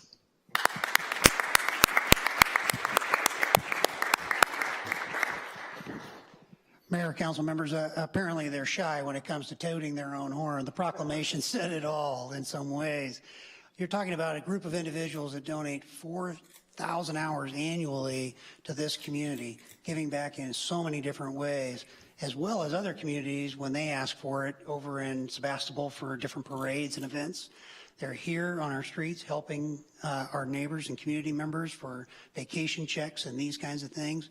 And recently, we had the honor to bestow the badges on 2 VIPs that had been with us. I think John G. was 18 years and Bill was 16. So you're talking about individuals that not only donate to this community, but have been part of the Santa Rosa Police Department and family longer than many of the members that have been working for us now. So we do appreciate all the work the VIPs do for us. So thank you very much. Thank you, Chief. And I would invite all of my colleagues to join us for a group photo down it.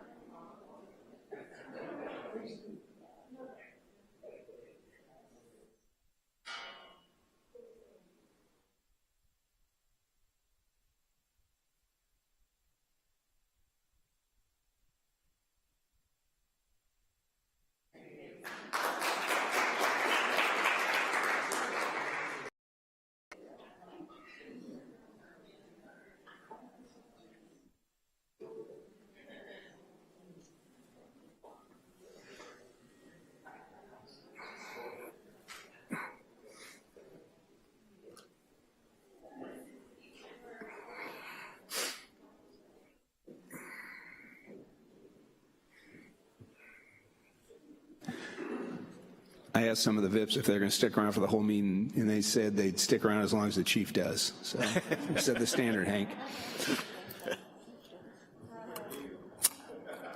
All right, Mr. City Manager, do we have a fire recovery and rebuild update?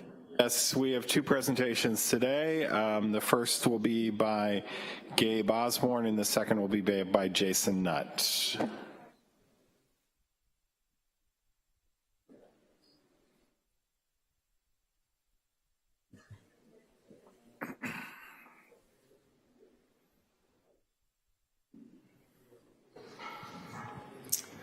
Good Good afternoon, Mayor Schwedhelm and members of the council. I appreciate the opportunity today to provide an update on some of the rebuild efforts that we've been undertaking for a while now.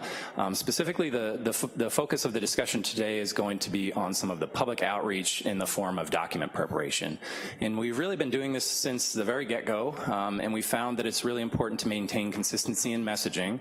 So as we were really presented with a problem in the rebuild, we developed solutions, and then we then presented those solutions in the form of a variety of different documents.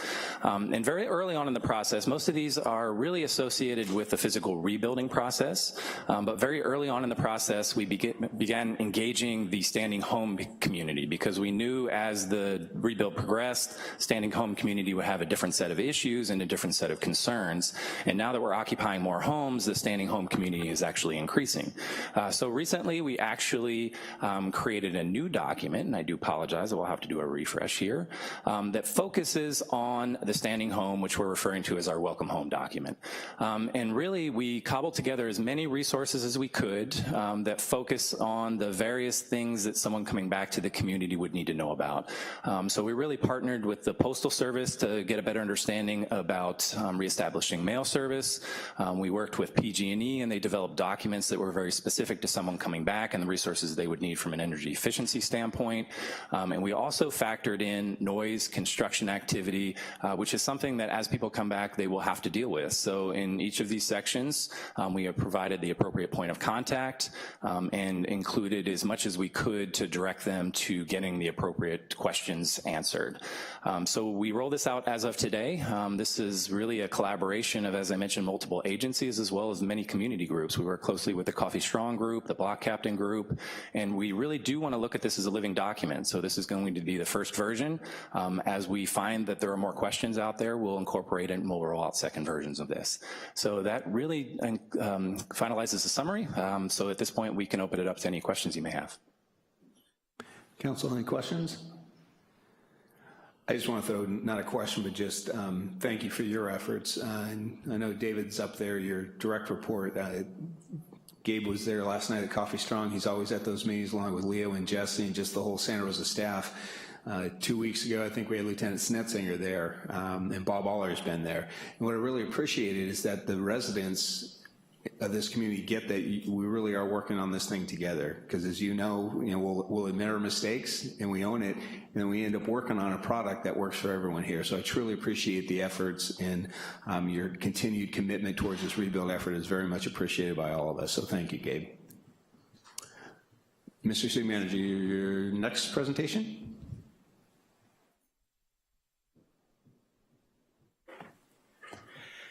Good afternoon, Mayor Schwedhelm and council members. Jason Nutt, Director of Transportation and Public Works. As we prepared for a public meeting with Councilmember Fleming this last week, we started thinking that the information that we're setting up to provide, thought it would be a good idea to deliver to the entire council. In particular relating to the disposition of streetlight repairs, sidewalk and street tree repairs. Our street light program is starting to progress. We have about 500 streetlights that were damaged during the fire itself that we're working on recovering. We've been working closely with PG&E as a partnership in an effort to restore streetlights and power to those streetlights in those areas where we had substantial damage. In particular, PG&E's underground system, as you're aware, was damaged in both Coffee Park and Hidden Valley. And it's been a coordination effort for us to work with them to ensure that our service lines that feed the streetlights are also repaired and put back into service the way they were intended to be. And in some cases, we're having to do full redesigns of those service lines. So we've got contractors being prepared that will be coming out into the community, in particular Coffee Park, starting in July, that will be specifically working on trying to restore those streetlights so that the temporary power poles and streetlights can come down in the Coffee Park neighborhood. Similar work will be happening in Hidden Valley shortly thereafter, and then we're focusing our efforts on trying to keep the other streetlights that were damaged up in Fountain Grove and getting those restored. Our staff is currently doing about 10 to 15 restores a day. Restores a week. So we're getting about 10 to 15 streetlights put back into operation every week. We are running into some material issues, and so we've got a number of materials on order. In fact, just about every piece of material we're going to need to fully restore this system is in the process of being ordered. Some are already in the mode of being produced and shipped. Simple things like a globe that goes on the top of a post-top street light, that has a 4 to 6 week lead time, and so those are on order and they will get here. As soon as they're here, we'll begin to deploy. We also have a number of fixtures that need to be repaired on the inside, and we are converting from high pressure sodium lights to LEDs, so we are changing our mode as we're doing restoration. All of those things are qualifying expenditures for FEMA because it is the new standard as we're moving forward. So we are in attempts to try to get all of these street lights repaired by the end of summer. That is our goal. That is what we're going to be focusing on. There is one window or one component of the operation that we have not yet started on. There were a series of wood poles, about 60 wood poles that were burned during the fire. Wood poles had direct burial cable that went into the pole, so all of the cabling is gone, the pole is gone, the fixtures are all damaged because they fell from 18 feet to the ground, and there's no foundation for a wood pole. And so in those communities, we have to begin and completely redesign and build those systems from scratch. In an effort to try to be fire safe moving forward, we've also utilized we're going to be utilizing a different pole type. It's our intent to try to match the type of pole that was there previously, which is a wood pole with a carriage light on the end. We will be moving forward with a steel aluminum pole that will have the similar carriage light fixture on it, but it will be a steel pole and it'll be fire resistant moving forward. So those are some of the upgrades that it's our intent to try to match as best as we can the community aesthetic while still trying to improve things moving forward. On the street tree and sidewalk side, sidewalks, as we talked about before, we are currently denied by FEMA for receiving reimbursement for making any sidewalk replacements. That's under that's because of an ordinance that the City Council established that made the sidewalks the fronting property owner's responsibility. We are in the process of appealing that denial, and we have yet to have our final say with FEMA in front of us to be able to state our case on this. We do believe that there are some legal issues that make our position, because of the extenuating circumstances, the correct position, and we are going to be continuing to lobby FEMA to help them see our position in our case. With that said, we did notify residents up in Fountain Grove recently that if you have the opportunity or you feel the need to move forward with sidewalk repairs, please feel free to do so, because I can't be convinced that we're going to be getting support from the federal government to assist in that case. On the street tree side, staff has finished an entire arborist report that identified all trees that were directly within the city's right-of-way or immediately adjacent to the city's right-of-way that could pose a potential threat to those individuals using the right-of-way. That arborist report has been submitted to FEMA as part of the process of that public assistance project. And we are in the process now of soliciting contractors in an effort to figure out how we're going to begin taking those trees down. It is our interest in taking all of the trees along the street as part of our process. And we're still looking to see how that's going to function with FEMA. We have not received a green light from FEMA to move forward with that yet. However, we are working closely with them to try to get them to understand that this is an important component, and I expect that we'll be having more and more discussions in the next 3 to 4 weeks with our counterparts there, so that they understand what our position is. So I wanted to just give you that update on those 3 items. As people start to move back into their communities, there seems to be a heightened sense of interest in those 3. I wanted you to know, as well as the public to know, that we are actively working on those. We've not been sitting and doing nothing over this time. We've really been focusing on how best to position ourselves to receive FEMA reimbursement and to do a comprehensive job in doing this type of restoration for our communities. And with it, I'm happy to answer questions. Great, thank you, Jason. Council, any questions? Veronica? Victoria, go ahead. I just wanted to thank you, Director Nutt, as well as Mr. Osborne and Mr. Nelson from SRPD, as well as Laney Wall and the Community Advisory Board for coming out to the Fountain Grove Block Captain meeting last week. I think that that's going to be the first in a series of meetings and a campaign of communication with our residents who are repopulating and rebuilding in our Fountain Grove neighborhood. I know that we have lessons learned from Coffee Park, and I'm hopeful that we will be as effective in communicating as in this neighborhood as we were in Coffee Park. So I want to thank you and your staff and your counterparts for your time. I do have a couple of questions. Just you had mentioned the trees. Can you let us understand the difference with the trees, stumps, and sidewalks? And there's got to be an order that it takes place. And how does FEMA fit into this? And what can you tell our residents how to deal with that trifecta? Really, you're going to throw FEMA in there? Wow. Again, just based on the comments. I think the overall issue that we're going to face with FEMA is their interpretation of our ordinance. I think the city attorney has communicated to us that that isn't necessarily where we should be drawing the line, and we are going to have subsequent conversations.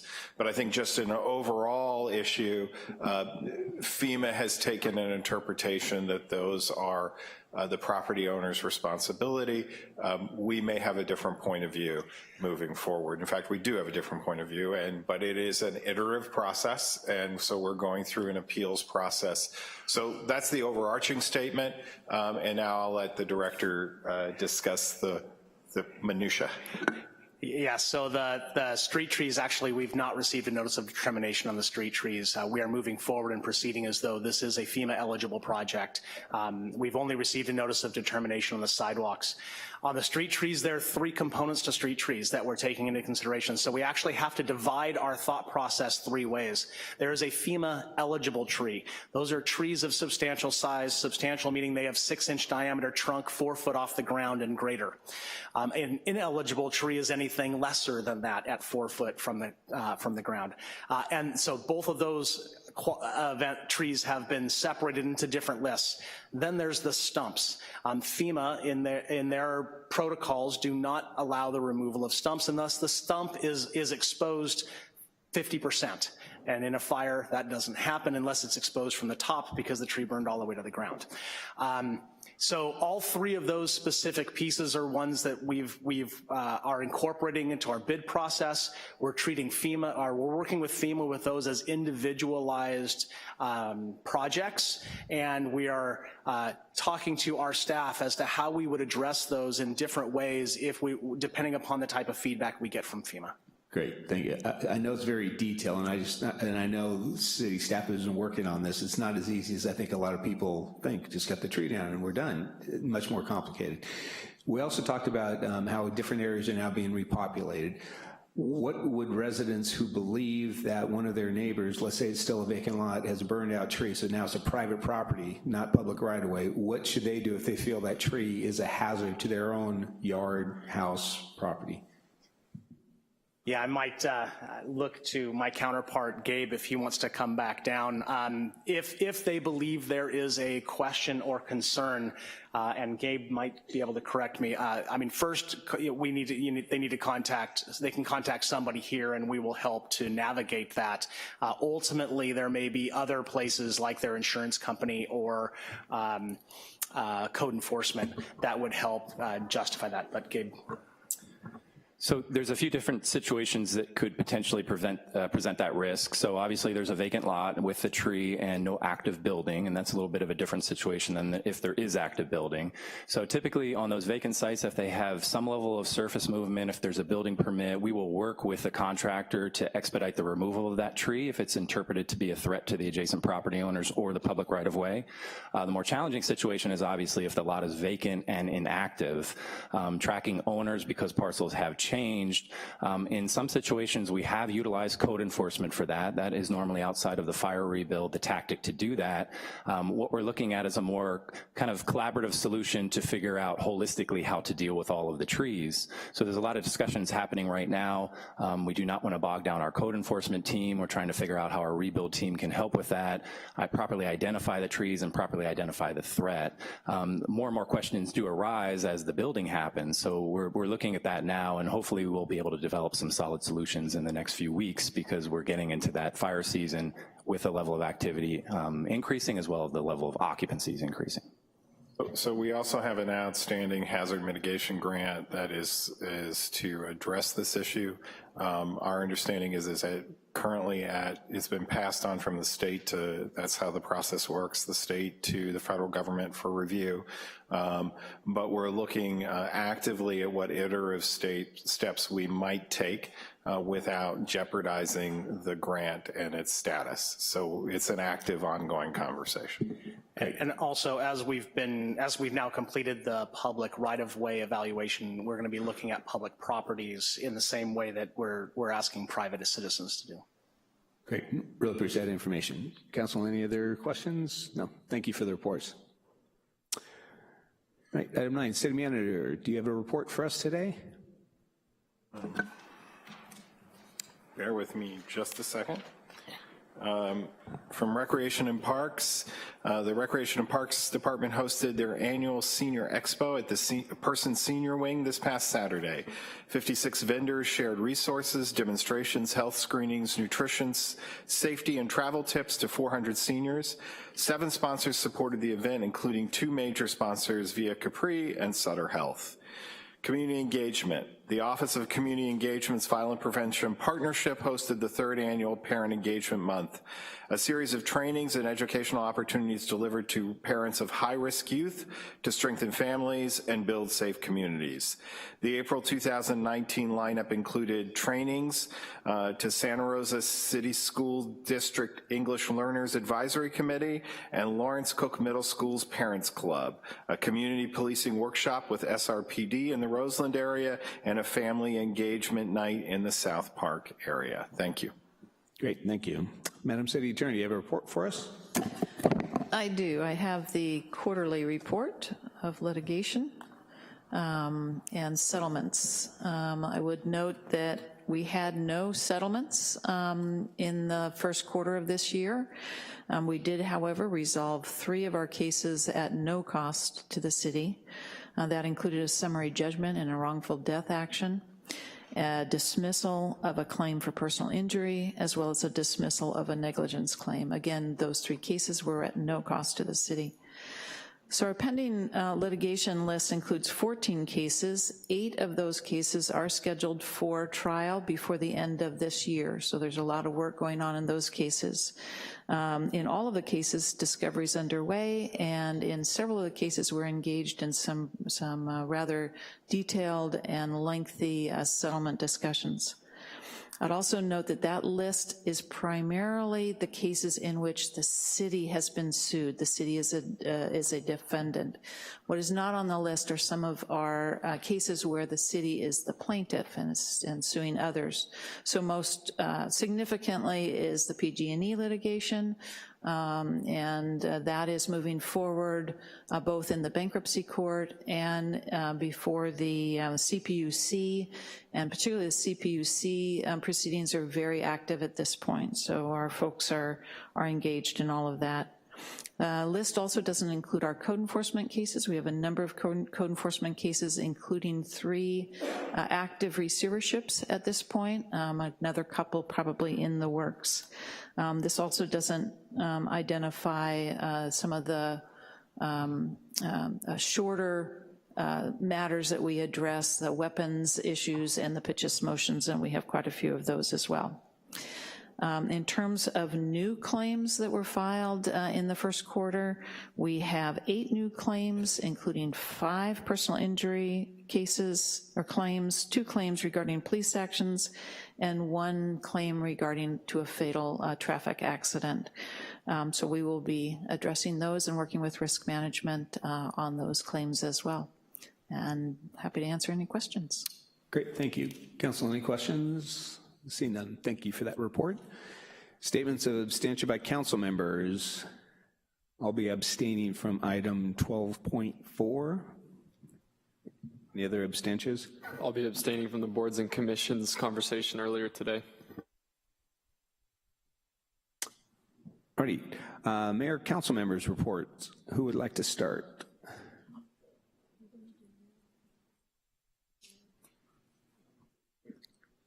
I'm not sure I'm getting a whisper over here, but I do want to bring something up. It is, one of the things currently, actually, can I ask you, Mr. City Manager, what public banking is? Did that make it to our priorities list, 1, 2, or 3 this year? I can't recall. It did not make it on any list, on any tier. There will be a conversation about the work plan and the tiers next week. Okay. But it is not on any tier, and in fact, I can only say that the long-term finance committee reviewed it and did not recommend it to bring forward. Because there is no viable way to do it at this time, although there are discussions about there needs to be some legislative changes. I believe that's what was determined in the meeting with the long-term finance committee. Yeah, and on the legislative front, there's a plan to discuss it at the Mayors and Council Members Legislative Executive Committee. We just haven't met because of the League of Cities get-together and action day that happened last week. When is that reception going to be, that meeting with mayors? It's not the full reception with all of the council members being invited. It's the monthly meeting that has one council member from each city to talk about legislation in Sacramento that impacts us. And that one, I want to say it's 3 weeks out, but I've got to check for you. 3 weeks out? Okay. I do want to make a motion that we do discuss a resolution for Assembly Bill 857, which is that bill that I think helps allow cities like ours to have a path forward under the Department of Business Oversight to create a public bank. Now I understand that we don't know where the League of Cities is or where we are yet, but just to get it on the agenda, if there is a second in the room, I'd like to do it, and then hopefully we can bring it back to council for discussion after you, Vice Mayor Rogers, have your report out from that meeting. I'll second it for discussion. Okay, we have a motion second, so agenda discussion on AB, it was 857, Mr. Tibbetts. Thank you. Anything else on your report?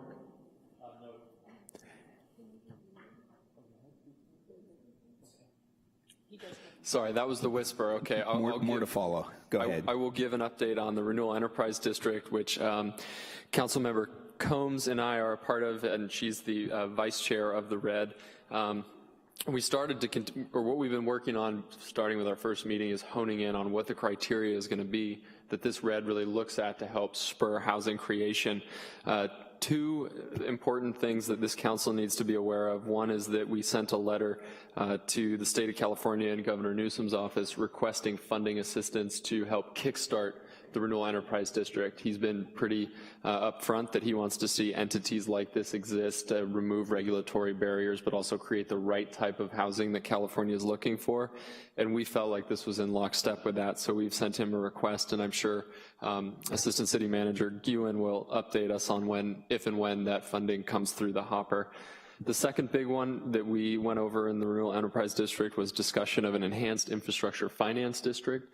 This is something that the council is going to have to weigh on in the future, because if the Renewal Enterprise District JPA board decides to press forward with an enhanced infrastructure district, it's going to require buy-in from both jurisdictions that will do some of the profit sharing of the future earnings of their property tax revenue, specifically the city of Santa Rosa and the county of Sonoma.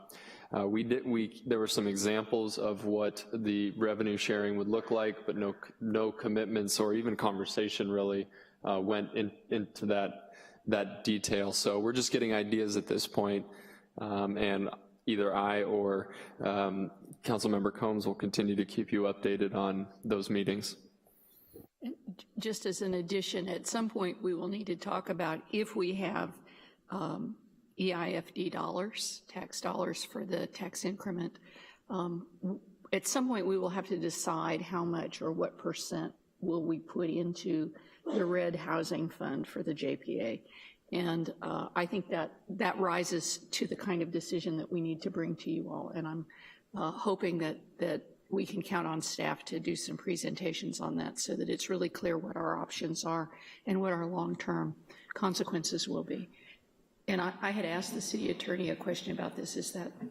Yes, and I was just going to clarify that the decision of formation of the EIFD and the percentage that the city would contribute to the RED, those are both decisions for the city council as a whole, as a legal matter. So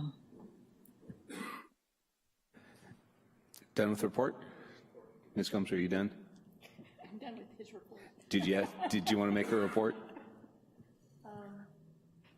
No, thank you. I mainly just wanted to ask, that was a wonderful and interesting meeting, and I appreciate staff's involvement in that JPA, that red. I did ask at the last meeting when the CAPIT meeting would be scheduled, and haven't heard from anyone about the scheduling for the Climate Action Plan Technical Advisory Committee, which is often referred to as CAPIT. I asked that at our last meeting, which I think was more than 2 weeks. So I think next week is going to be, and I don't know if the mayor is going to announce something tonight, which will drive some of these other conversations, but there's not anything scheduled, waiting some additional input at this point. That's why there's no update, because nothing's been scheduled.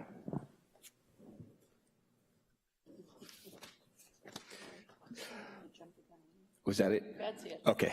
I have a couple things. First, start with 11.1.8, the Groundwater Sustainability Agency. The GSA had a board meeting on April 11th. We received an update on the Groundwater Sustainability Plan. It looks like the county is trying to find some funding to support rural well owners. So at our next meeting, and I apologize, I don't have the specific date, but decisions will be made at that next meeting.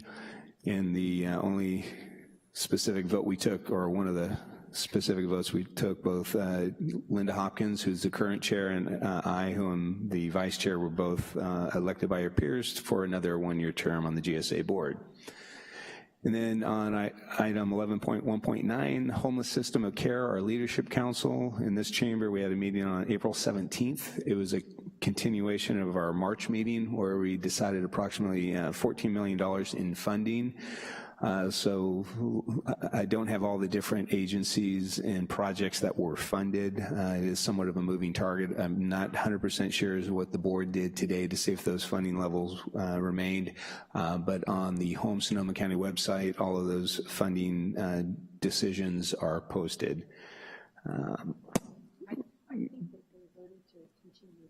Until I see it in writing, yeah.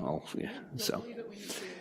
Then on just some other things, on April 22nd, what Councilmember Combs was mentioning, we had our goal setting subcommittee, and both Councilmember Fleming and myself provided feedback to staff regarding our specific priorities. Identified and gave some feedback on regarding specific SMART goals, specific, measurable, achievable, relevant, and time-bound. So that will be returning to this body on our May 7th, correct, City Manager? We're still on track for that. So May 7th, this body will be voting on accepting those recommendations. Additionally, one of our Tier 1 priorities was implement the Climate Action Plan. We had 3 specific items: 100% renewable energy, City Council Subcommittee on Climate, and then all electric ready ordinance. I am prepared to appoint myself, Councilmember Combs, and Vice Mayor Rogers to be members of that climate subcommittee. So that should give the information to the city manager to do our next step to form that committee. And the last thing, we attended last Wednesday, I think it was, Legislative Action Day in the Capitol. Vice Mayor Rogers was there, Councilmember Fleming was there, along with city staff, lobbying for, it seemed like a lot of housing bills that we're supportive of.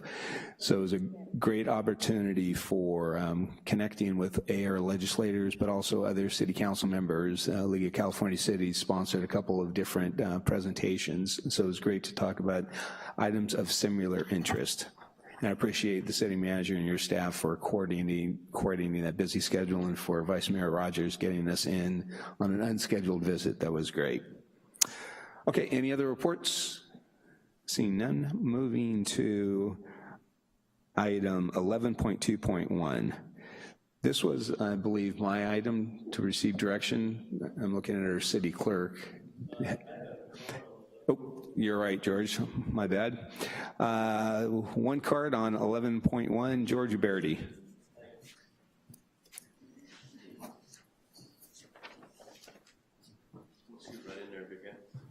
Oh, yes, sir. Thank you so much. So there are a lot of, how y'all doing? There are a lot of agencies on here. Well, let me start by saying the first thing that I want to say is thank you, because I heard y'all mention a public bank. So you can hear. Your ears are open. Absolutely everybody in this city wants a public bank. There's not a person outside of you that trusts banks to do anything positive for us. They're private organizations. They serve private interests. A public bank serves the public interest. All right? Now, you heard us say that. Congratulations to you, and I mean it. A guy who means what he says, if you've caught on. Now, I want to talk about the rest of these agencies. I see a lot of them here. Sonoma County Water Agency, the Homeless System of Care, right? And I hear a lot of conversation about how we're going to find money, right? And I think that we have a lot of conversation about how to find money because pretty much 100% of the time that we're not in this building, y'all are hiding it. And you use organizations like this to hide it. I see, what, 7, 8 boards here? I would be shocked if there were that many members on the board. Right? What y'all do is appoint yourselves. I mean, you've already done it today. You appoint yourselves to head these boards, right? You get a per diem every time they meet, right? You have a simultaneous meeting, 8, 9 boards. You get $1,000 in your pocket, and you make pretty much every significant decision that needs to happen, right? And unsurprisingly, a lot of those decisions just kind of move money around in ways that end up in your pockets and a lot of your friends' pockets. All right? Now, a public bank would be one of the very first steps that we could take to making that process a little bit more difficult for you all right? I'm not gonna stand up here and play pretend like everyone else in this room. It's time for that to stop, all right? It's time for that to stop. We need to be grown-ups about this, okay? Now, I recently went to a Sonoma County Board of Supervisors meeting, and they were discussing the proposed water budget rates for the upcoming year, all right? Now, you know, while they were discussing that, I had a look at the operations and maintenance budget for that, $769 million, right? Now, just in storage and bonds, right, the storage common bonds, that's $122 million. That's about 16% of the total operation and maintenance budget, just caught up in doing things that have absolutely nothing to do with the quality of our water, in hiding money, in moving it around, you know, putting it in bonds, creating financial products. Is not what a water agency does. All right, a water agency cleans water, right? It's a steward of public resources. Nobody owns water, all right? It belongs to everybody, and it's our business as a government to take care of what belongs to everybody, not to make securities with it. That's a ridiculous thing to do, all right? It's time to pull our heads out of the clouds, get them right back here on earth where they belong, start taking care of public resources. Thank you. All right, 11.2.1. I wanted this on the agenda, action to take a position on the CASA compact letter, because it appears as could you first lay a foundation about your legislative committee, because the mayors and council at our last meeting formed a subcommittee to, I believe, create another letter in support of what you did, and I'd like some feedback from this body as to which direction they would like me to support. Yeah, and just by way of a little bit of background, every city in Sonoma County appoints one council member to the mayors and council members legislative task force. And what the task force does is it meets once a month and it discusses pending legislation in Sacramento that impacts cities. And what we do is we bring them together, we discuss once a month potential positions that we should take, and if all 9 cities are unanimous in what our position is, support or opposed on this legislation, then generally we take that position. If it is a substantial bill, or if more than 7 of the cities, but not 9 cities, agree on a position, we'll make a recommendation to the full Mayors and Council Members Association. And I can't remember if it's monthly or if it's quarterly. Every council member from the region is invited to come and discuss those pending issues. When it comes to the CASA Compact, we had multiple substantial conversations at the Executive Board Committee, both about the compact in its concept and the 10 outlying issues, as well as the way that the legislation is being crafted in Sacramento. Those two things are very distinct from one another, particularly given that the compact is all or nothing. but each individual bill is the elements of the compact and are not necessarily linked whatsoever to the other 10. The executive committee, by unanimous vote, chose to oppose the CASA compact in its conception and sent that to the Mayors and Council Members Association, where the mayors and council members then ratified that position as well. Now, that is not a particular support or opposed on the bills that would implement the CASA compact, but on the compact as a whole. So thank you, that's very helpful. And so some other jurisdictions have authored letters specifically for or against it. I don't know if anyone has said they're for it. There are some East Bay cities that have gone in support, particularly areas that would end up getting presumably more of the funding that comes in have. I know from Sonoma County, Healdsburg, Cotati, and Roanoke Park, I believe, have all sent opposition letters, as well as an opposition letter from the Mayors and Council Members Association. So we have a couple of cards here, and I'd like to take some public comment, but what I'll be looking for from you, basically, as Vice Mayor Rogers said, the legislative committee wrote a letter not supporting the CASA compact. I'm anticipating the subcommittee of the mayors will write a letter consistent with that. I'll be looking for direction. Would you want us, the city of Santa Rosa, to sign on that letter, probably most likely opposing the CASA compact? Yeah, and I do think that it's important to note a substantial amount of the conversation around Santa Rosa in particular is not a NIMBY, don't build housing anywhere near us conversation, but rather an acknowledgement that most of what's in the CASA compact we already do, and that the financing mechanism behind the CASA compact would be better utilized here in Santa Rosa as opposed to the compact's 75% return to source, which would mean sending 25% of the funds down to San Jose or down to other areas that have not taken the substantial steps from Santa Rosa. So I want to make sure that that part of the discussion is very clear, that it's not an anti-housing position that Santa Rosa has taken. Rather, we think we can do it better. Right. Thank you for that clarification. Actually, before I go to comment, are there any questions from council? Go ahead, Mr. Tibbetts. Thank you, Mayor. This has been kind of my ongoing concern with the position we took last time, which I still agree with. I don't think it's in Santa Rosa's interest to sign this letter and become part of the compact. But I don't want our letter of opposition to be essentially taken as a letter of opposition by the people who are buying into this, who have created it, and who are supporting it.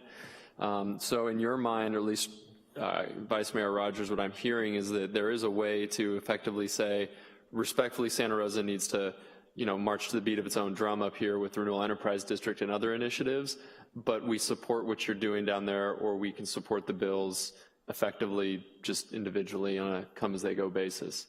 Yeah, and I will tell you, and this is going to be my own personal opinion, there are 3 areas of the compact that I think are particularly problematic for Santa Rosa.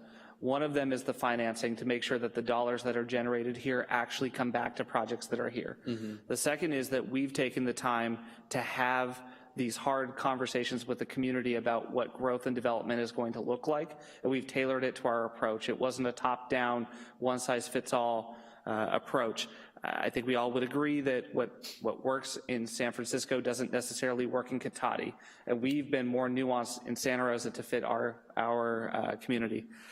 The third and the final one is there is a perverse disincentive in the CASA compact for areas that already don't want housing to also reduce their public transit, because then that would allow them to slip under the requirements of CASA. Mm-hmm. We've talked a lot from the dais about supporting housing locally as well as supporting access to public transit. And there are already a couple of communities down in Marin County that are reducing their bus trips along high quality corridors, because if CASA passes, then that would require them to build more housing. Mm-hmm. It actually creates the opposite of what we're trying to do for some communities. Mm-hmm. So for me, those are the 3 main points that I'd like to see outlined in the letter. Okay. Any other questions, Mr. No. Ms. Combs? But first, let me clarify. I think with a slip of the tongue, you said if CASA passes, and it is not coming before the legislature as CASA. If implemented. If implemented through the legislation, some of which is said to be parallel to, but in fact doesn't look anything like, and other elements have already been dropped by the legislature. Just to be clear, I have already, throughout the process, as your ABAG representative, been writing letters expressing concern about elements of the compact, about our problems in about what we're doing in Santa Rosa, and that they shouldn't mess it up because we're doing it right. That certainly our RED is a variation of Regional Housing Development Entity, our JPA RED, and we don't need to be a part of another one that will take the money further afield. So I'm available to answer questions about what some of the problems are with regard to the compact, having worked it from the inside, trying to improve it. But I'm not enthusiastic about the current form or about the way the legislature has gone. I will be interested in hearing the public's comments. Great, thanks. Let's go to those. We have 2 cards. Miles Bergen, followed by Dwayne DeWitt.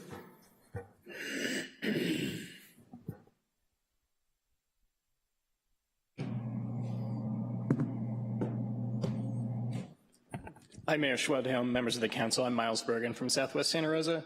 I wanted to start by first thanking every one of you for your hard work in addressing the housing crisis. From your ADU policy to permit streamlining, to the density bonus, to the downtown station area specific plan, it seems like every opportunity this council has to make Santa Rosa a more livable and affordable city, you all take.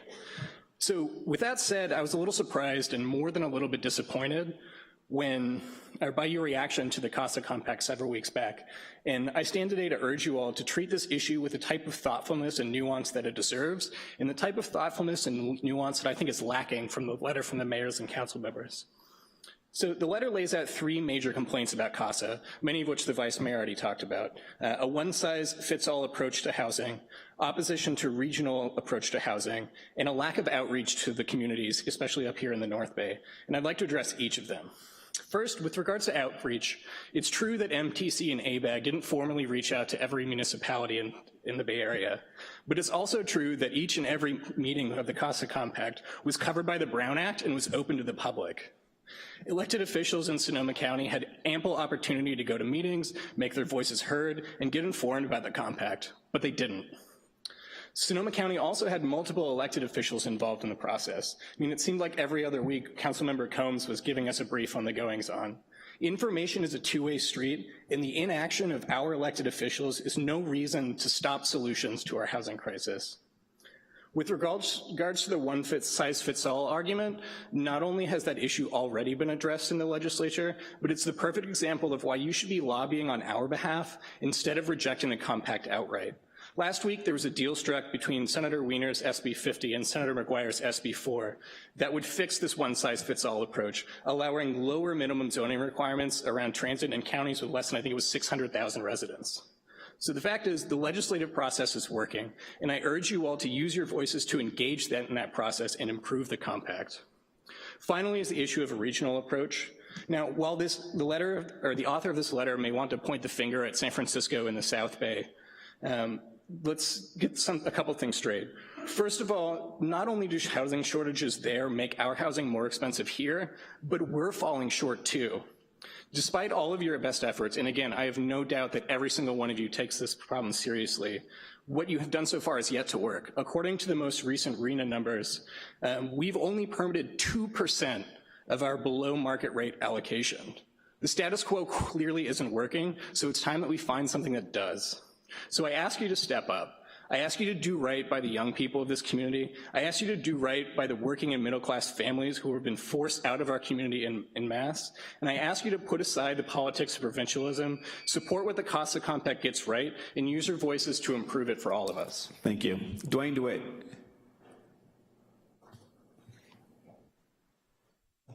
Thank you. My name is Dwayne DeWitt from Roseland within Santa Rosa. I want to thank the previous speaker for his comments, and also thank you for beginning to look into some of these things. The devil is in the details. Tonight, I want to read a part of this letter so people here know what's being talked about in a sense. This letter from the Council Members Association and the mayors states, we understand why a regional plan has been prepared, but we do not understand why the process to develop that plan failed to include outreach and meaningful feedback from the cities who will be affected. We support creative and bold action to address the Bay Area's affordable housing needs. Since the mid-1990s, the Sonoma County Housing Advocacy Group has been pointing out that Santa Rosa has not really been providing much in the way of affordable housing. Now, those records are available to you, and I won't spend a lot of time on it. I just want to mention, based on what Mr. Rogers has said, and also Mr. Tibbetts, Mr. Rogers had said that Santa Rosa is not a NIMBY type of place. When did that change? It's always been a NIMBY place when it comes to affordable housing. And then Mr. Tibbetts pointed out that the Renewal Enterprise District will be in Santa Rosa and that might be a way to be helpful.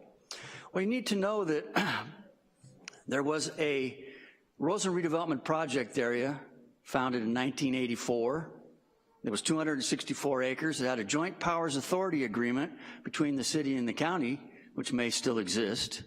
And now that same land, although redevelopment isn't here, has been reclassified as the Roseland Opportunity Zone with some more land added to it. So one would think that it's an important approach to have these collaborative efforts, but as the speaker before me, who I'd never met before, just pointed out, only 2% of the regional housing needs allocations are being met for below market rate housing, for the affordable housing that these children and families might need that are here tonight. We're in a dilemma, and I hope that you folks will look back into some of the past. In 2004, an opportunities and challenges study for Roseland was turned into the council and the Board of Supervisors, Mayor Bender, Supervisor Riley. It pointed out how to do positive things in Roseland, but apparently was sat on and wasn't really acted upon. It's somewhere in the records. People have known about these approaches to get more affordable housing into areas such as Roseland, which is an opportunity to developers now. But what about us folks that live there and need affordable housing now? Work with the state, make positive things happen. Thank you for your time. Thank you, Dwayne. Mr. Vice Mayor. Thank you, Mr. Mayor. And I do want to mention that I do agree with a lot of what Miles just said. In particular, what we're trying to do tonight is dispatch with the CASA Compact as a whole and move in the direction of being able to discuss each individual piece of legislation. And in particular, why I laid out those three sort of attributes where I think that the CASA Compact falls short is because it allows the mayor, particularly at the end of session when there isn't much time, to be able to still take steps based on the direction being given from council. I think if you look at what we have done, and last time we discussed the CASA Compact, I walked through everything that we've done in terms of incentivizing housing. I think that those are appropriate steps for the mayor to end up supporting from a Santa Rosa perspective. Again, my concerns were around decrease in public transit, financing, and keeping our dollars here locally, and then also making sure it's not just a one-size-fits-all. Okay, so I would like to just bring it back to council, and if you could just give me some general direction about what your thoughts and comments are, and I just want to start with one side and go all the way around. So Mr. Tibbetts, if I could hear your comments. Thank you, Mr. Mayor. I think I pretty much already communicated my comments, which remain unchanged. You know, I really do support what the CASA Compact's trying to do, but a big concern that I have, I mean, especially now that the Renewal Enterprise District is looking at basically tax increment financing. Well, what happens if this other entity comes in with a property tax over the 9 Bay Area counties or whoever's participating? Well, now we've got, you know, an issue there. So I really want to stay the course with the Renewal Enterprise District. I think it has a lot of promise. I think it's achieving the exact same goals that the CASA Compact is, or at least it certainly is in a position to achieve those same goals, but here on a local level that's focused and is basically designed for this community. So I would support you signing the letter. In opposition to CASA Compact? Correct. Thank you. Ms. Fleming. Thank you, Mayor. Generally speaking, most of the elements in the CASA Compact, I believe, are in our benefit. However, given the community's response to Measure N in the fall, as well as our own efforts at home to get housing stock rebuilt, I don't believe that all 10 of the elements are advantageous to our community, and I would support you in signing the letter of opposition. Thank you. Ms. Combs? It's interesting to me that we are doing this instead of discussing the actual legislation. And I would hope that we are not sending a signal to the mayor that he may accept individual elements of the compact as it's going through the legislature without a prior discussion here. It's not clear to me that we're taking care of the supposed problem coming forward, which is that as the legislature gets close to the end, there's a quick turnaround time, and we would like to be able to put our 2 cents in. So I hope that the legislative committee will come back with an explanation of which of the pieces of legislation that are moving forward they're interested in supporting, so that we can have regional and statewide improvements in our housing stock. There are a number of elements that are moving through the legislature now that are not, the compact has a set of elements that are looking like they're not going to make it through the legislature. And those are the elements that really kept me involved in the process. I was very willing to trade some of the construction elements that were likely to create displacement of members of our community if they had protections that included just cause for eviction and rent caps. So because the rent caps and the just cause for eviction are no longer moving in the same way that they had been through the compact, people are more vulnerable to being displaced through new construction, which I know sounds like an odd paradox, but in fact is shown to happen. So I have some concern about that. So I want to clarify that what we are doing is saying no to this package without saying yes to individual elements within the package.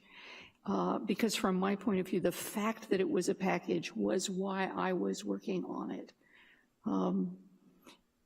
So since the legislature's taken the package apart, I'm saying do sign against the compact, but please be clear that that is not a statement that I support individual elements that are going through the legislature now that are not a package. Thank you. And just to clarify, the question will be before me with the mayors and councils. I fully anticipate a letter about the CASA compact, and that's the direction. We're not talking specific legislation, as those of us in Sacramento last week learned that the legislation is still, to your point, it's ever evolving, so there is no discussion about the specifics of a lot of different pieces of legislation because it's not there yet.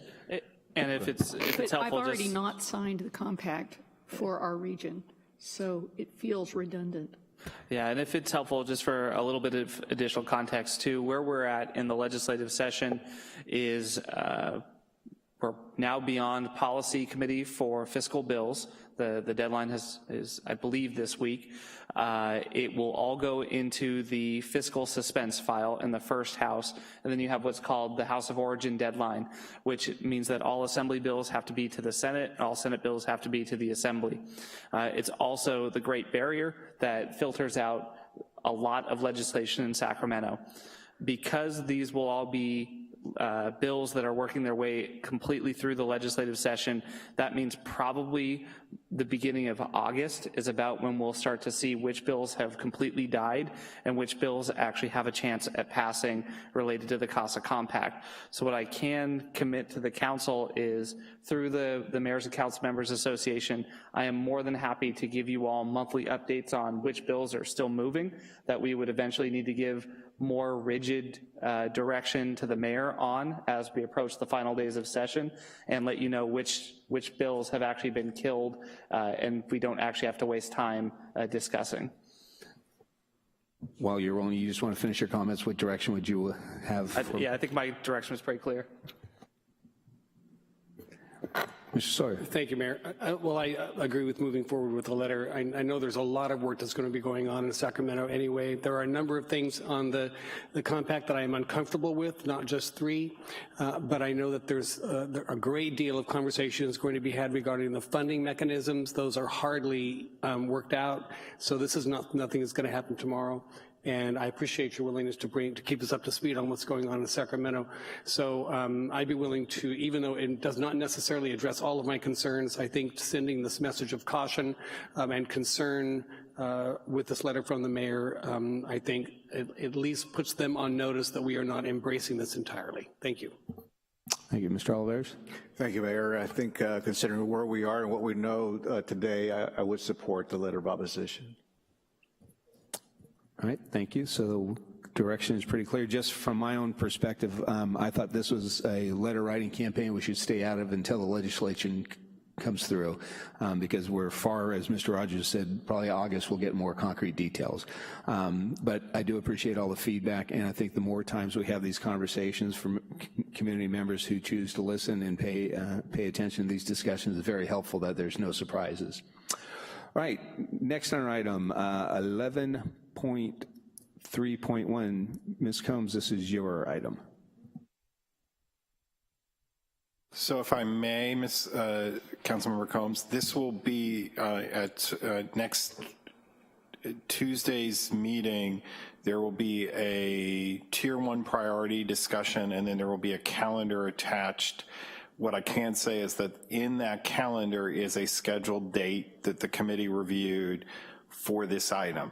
So that's just for context, because again, the committee met last week.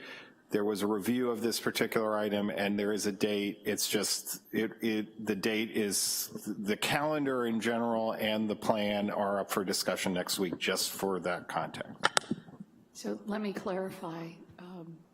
We're interested in moving forward with the $15 citywide minimum wage, and the tier discussion that will happen next week will include the conversation of moving that forward. So there's a calendar. So we don't need to do it. I'm just saying that it's a scheduled date has been put into a calendar that was a discussion at the committee level, and that will be up for review next week, just for context purposes. If I choose to not move forward today, can this item come back, or do we have to go through the process again of a second? You will have it'll be part of the discussion next Tuesday. The date, there's going to be a date commitment in the calendar on next Tuesday. And what is the tentative date? I can't, it's mid-July. There's actually a date that has been dedicated to this. But there's a conversation, again, I don't want to, we're starting to drift into a non-agendized conversation, because today you'd be voting to agendize. I'm just going to put out that date and that calendar is coming back next week. Yes, but if I may, to clarify for Council Members Combs, is that yes, if you would like, you could continue this item to a meeting following next week's meeting, so that if you are not satisfied at next week's meeting, you could raise it again at a later date. That seems to me to be appropriate, that we would continue the item to the meeting following next week's meeting in case there's an issue next week's meeting. I will remind Council that part of what is behind this is that it was originally voted for by more than 4 council members to have this discussion by the fall of last year, and somehow never got agendized. So I have anxiety about agreeing to agendize it and then it not coming up.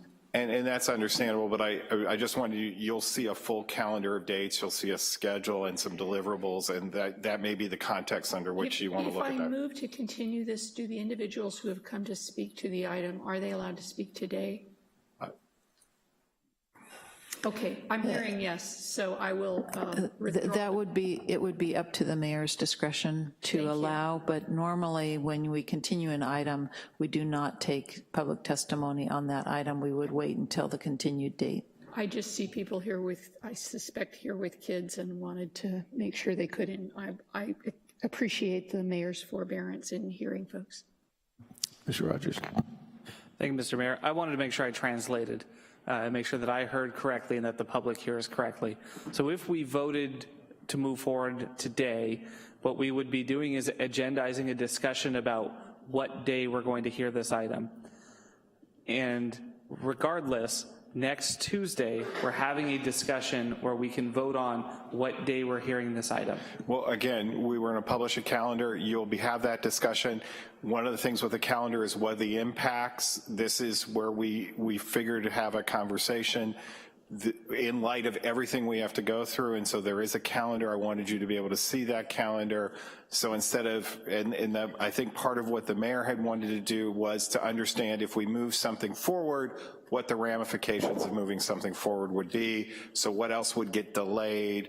And that's part of what this first part of this conversation is next week. Okay, and I just wanted to make sure, so folks will have a chance to come next week, look at the date that we are proposing to have this. It'll become date certain when we vote on it, and they can advocate for moving it to another date if they want to, but it'll be a vote of the council on where it goes. And you'll be able to see the what's been scheduled to date on the calendar, yes. Right.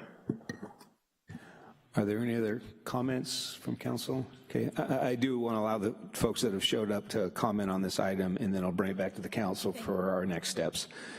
So first speaker, Dwayne DeWitt, followed by George Uberti.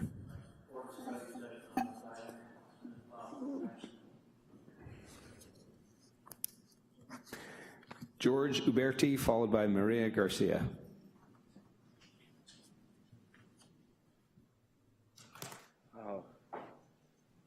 Thank you, council members. This is the most like dry humping, I think, that we could possibly get to our relationship to having a $15 minimum wage. I just want to say $15 was 10 years ago. All right, like possibly because this is our approach to getting a meaningful discussion on. Nobody wants to have a discussion about whether or not the minimum wage needs to go up. Obviously it needs to go up. Everything else is going up. Housing is going up, inflation is going up, everything else moves, the minimum wage stays right where it is. The minimum wage, for some reason, we're confused about whether or not it should move, when absolutely everything else takes off like a rocket ship. Right? I mean, and this is ridiculous, all right? Your own salaries do nothing of the sort. Your own salaries are tied to inflation and cost of living adjustments on a regular basis. The city manager makes $16,000 a month 3 years ago. Right, regular cost of living adjustments, y'all get. I don't know why, for some reason, we gotta have a meeting about a meeting about a meeting to get anything looked at for what we get paid, all right? So I feel like this is, instead of dry humping our way through this conversation, we need to get serious about it, all right? Now, this is an opportunity, okay? The city of Santa Rosa has an IT department, all right? The County of Sonoma has an IT department, okay? And those IT departments collect tons of information. I don't need to tell you guys, all right? But they have absolutely every piece of information they could possibly need to know exactly what the hourly wage of the average person needs to be to live here, all right? And we can get that number, we can get a very reliable, very scientifically provable number that if you don't make this much money, you can't live here. You slowly die here, you don't live here. All right? So we need to figure out what a living wage is, and we need to give it to people. All right? And if we can't afford it, that's your fault, because you're a government, and you need to figure it out. All right? But you don't need to put your mistake on our shoulders. All right? You need to make sure the people in this city get a living wage that people who work for a living can live here. All right? And then if that negatively impacts the way the city works, then you guys need to figure that out, because that's your job. All right, we do our jobs, okay? We deserve to live, okay? That's about the least controversial statement that you could possibly make. All right? So the rest of it, right, if it's complicated, if it's hard, if we need to have a meeting about a meeting about a meeting, all right? I don't think so, okay? I think you guys need to figure it out, and we need to live, okay?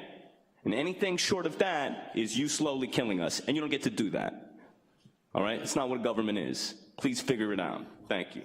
Maria Garcia, followed by Bonnie Petty.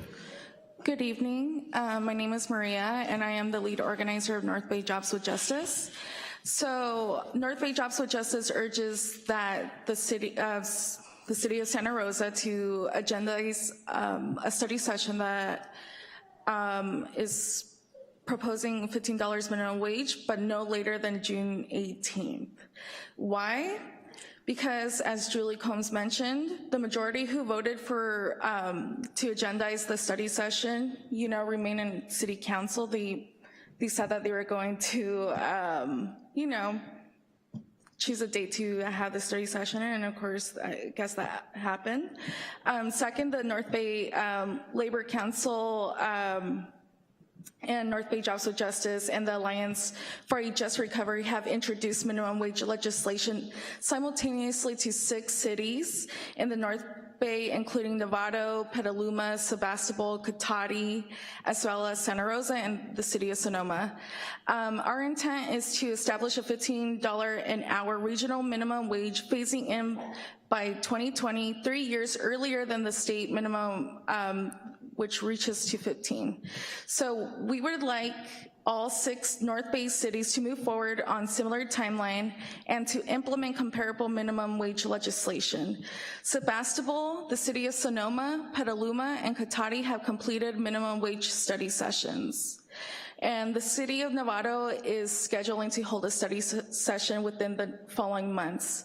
So we believe that both the cities of Sonoma and Petaluma will implement $15 minimum wage legislation in the next 6 to 8 weeks. And we need the City of Santa Rosa to schedule a minimum wage study session and start the process of considering a minimum wage ordinance as soon as possible. Thank you. Thank you. Bonnie Petty, followed by Jack Buckhorn. Hi. Hello, Council. Thank you for having us here. My name is Bonnie Petty. I'm the Administrative Assistant for North Bay Jobs with Justice, and I'm a resident of Santa Rosa.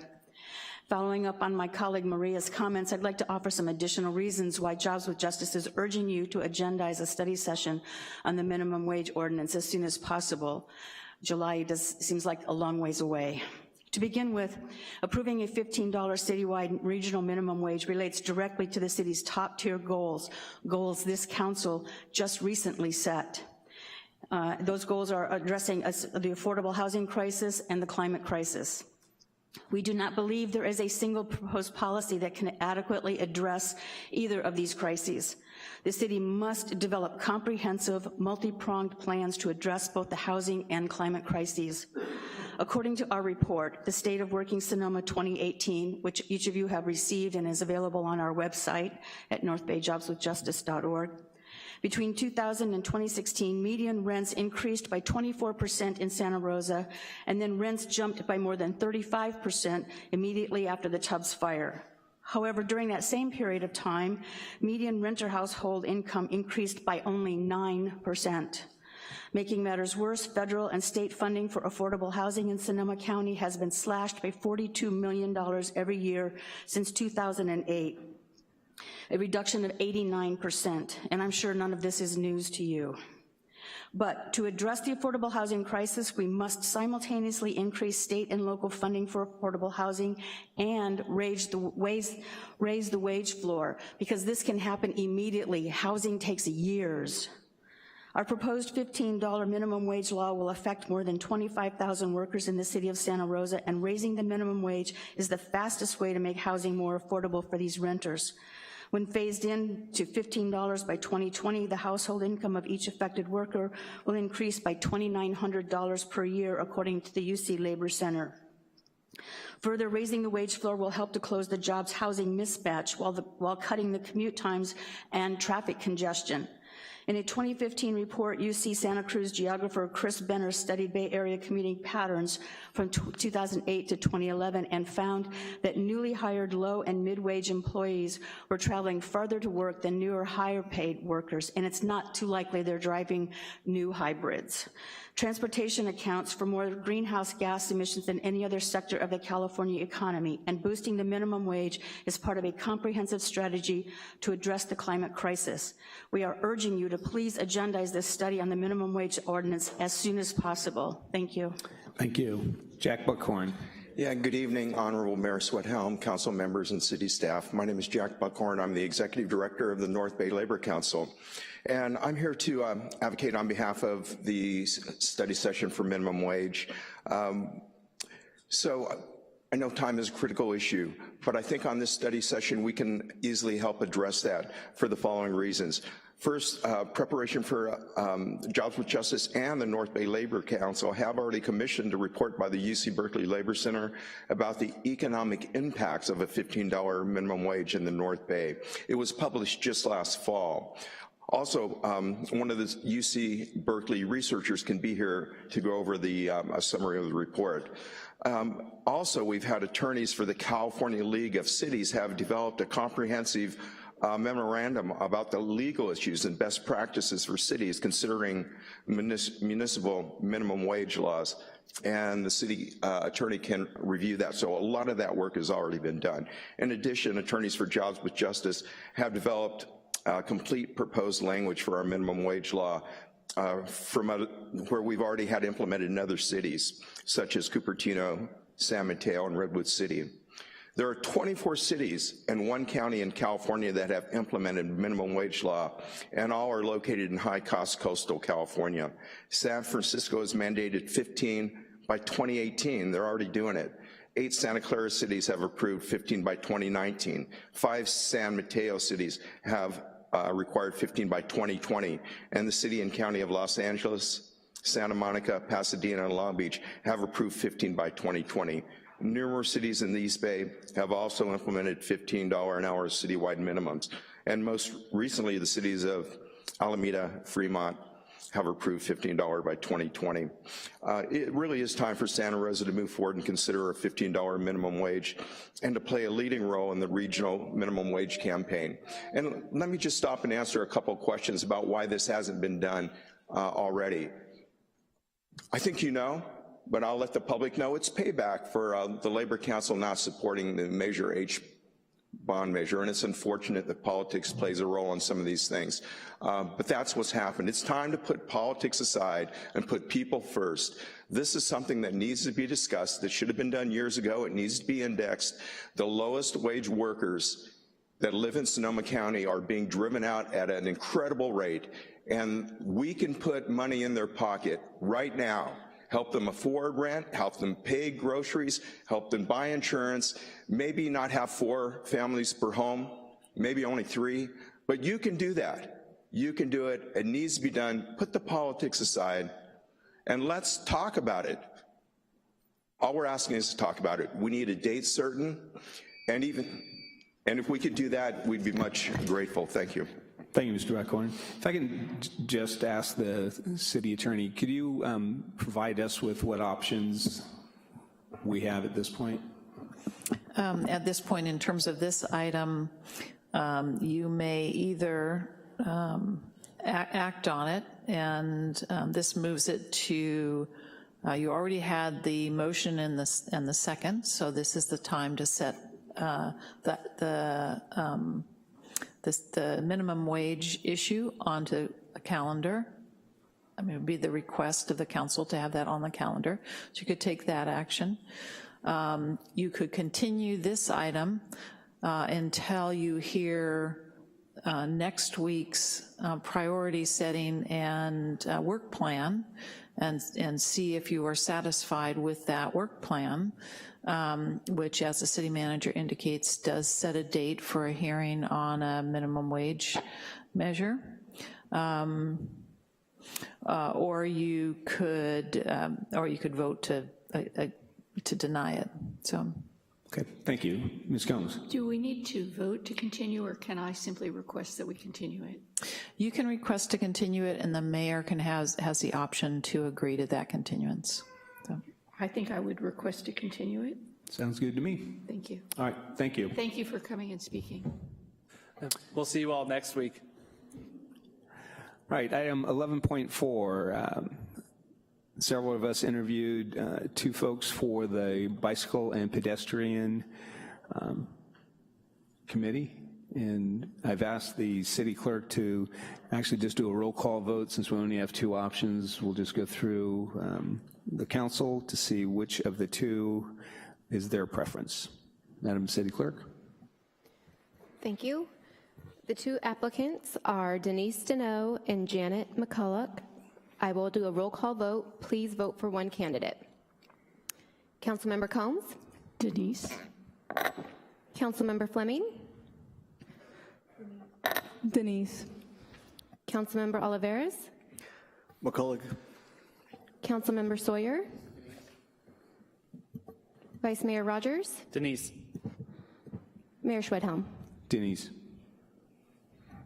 Thank you. Denise Deneau will be appointed as the Bicycle and Pedestrian Advisory Board Senior Community Representative. Thank you. May I add that I believe I have a vacancy at the Bicycle Advisory Board. Can we extend the request to Ms. McCulloch? Would she be willing to accept my appointment? Yes. Thank you. Great, thank you. Okay, approval of minutes. If we could, first of all, any corrections? I'll be abstaining from 12.4, but we have 4 sets of minutes. Any corrections? I need to abstain from 2 of those, February 22nd and March 12th. So let's do them individually. 12.1, February 21st. Are there any corrections? No. Seeing none, so those will be accepted. 12.2, February 22nd, special meeting notes. Any corrections? No. As you said, any abstentions? Those will be approved. Item 12.3, the March 5th special meeting minutes. Any corrections? Any abstentions? Those will be approved. And then March 12th, any corrections? I will abstain from that one. As well, Ms. Combs, those will be accepted. Thank you. Mr. McGlynn, consent item.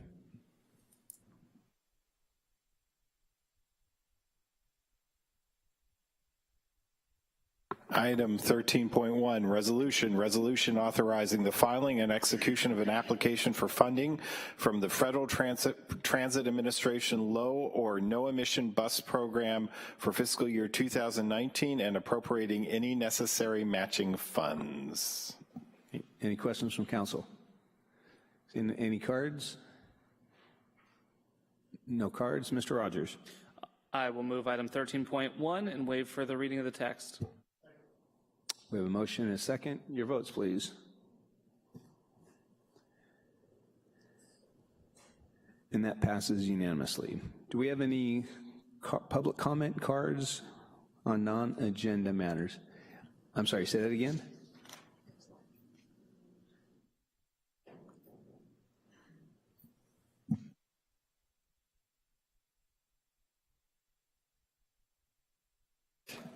Okay, our first up, Norma Baumeister.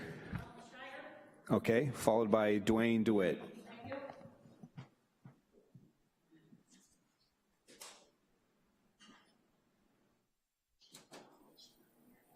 Good evening. I'm a member of the Oakmont community. I've been a resident there for 20 years. And like they say at the NASA, Houston, we've got a problem. And we have a big problem in Oakmont, and it's speeding. And it's a danger to all of our residents there, and we need some action taken. We have been to the Santa Rosa Police Department, we have been to the sheriff, we have been to the Highway Patrol, we have been to the Homeowners Association, and nobody is doing anything about our problem. Oakmont Drive is 3 miles long. There are over 500 homes on Oakmont Drive. We have one stop sign after you leave Burger Center. We have one stop sign and one crosswalk. What kind of a fool would design a 3 mile long main driveway through a retired community with one stop sign and one crosswalk? So we need 3 things as quickly as possible in Oakmont for the protection of our residents. We need more monitoring by the police department or whoever is in charge there, thank you. We need more stop signs to slow the traffic through the 3-mile stretch, and we need police there to ticket and warn people that this is a retirement community. It's not an addendum to Highway 12. We have 1,600 to 22 cars that use Oakmont Drive every day, from 7 in the morning until 8 in the evening. In my front yard on Oakmont Drive, a few years ago, a speeder came through the front of my property, my neighbor and his 2 neighbors before the car was stopped by an old juniper hedge. Thank God. Last year, we had a serious accident on Oakmont Drive, and a car almost ended up in somebody's living room. So we have a problem there ongoing, and there's no reason why we cannot reduce the traffic speed up there, and there's no reason why we shouldn't have crosswalks. If you belong to Oakmont, you have to stay on this side if you're a certain number, or you have to stay on this side. You cannot walk across safely to go talk to your neighbor on the other side of the street. Who designed this 3 miles without a crosswalk? 1 crosswalk. All right. If there are 10 or 15 residents that like to use their golf carts on Oakmont Drive, and the speed limit is at 25 miles an hour, that's good for them, but for the other 3,000 people, it's not safe. Thank you, Norma. Dwayne DeWitt, followed by Deanna Bernard, maybe. Dwayne's not here. Deanna? Deanna will be followed by Michael Hilber.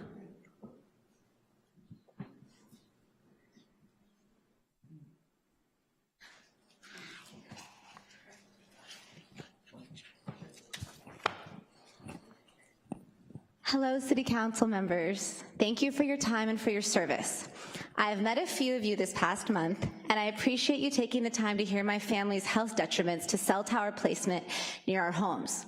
I understand you are extremely busy, and since I've not heard back from you regarding the solution I proposed to in my letter and meeting on April 14th, I wanted to come here and take the opportunity of the City Council meeting to follow up. First, I want to thank you truly for the pause that you enacted on any new cell tower placement. I gather that as you understood it, you have jurisdiction over the metal city poles, but not the PG&E wooden poles that are in the majority of the residential zones. I also understood that you were willing to protect the residential zones by negotiating with the telecommunications companies on the metal city poles.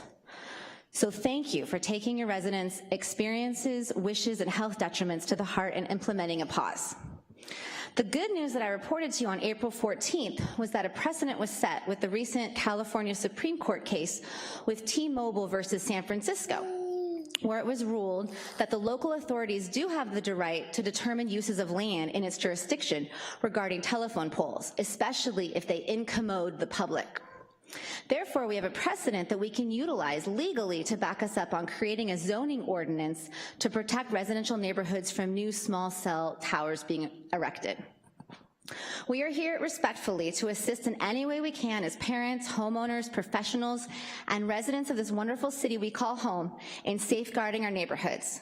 Locally, in our own county, Petaluma, Sebastopol, and Sonoma have passed wireless ordinances to protect residential zones. The industry can still install wireless telecommunications facilities, but in certain zones and with certain restrictions designed to protect the residents. Our zoning laws are strictly an intrastate matter over which the FCC regulations have no jurisdiction. At this point, California Supreme Court decisions support us while we wait out the ruling in the Ninth Circuit Court of Appeals about the overstepping of the FCC on the state, county, and city jurisdiction matters.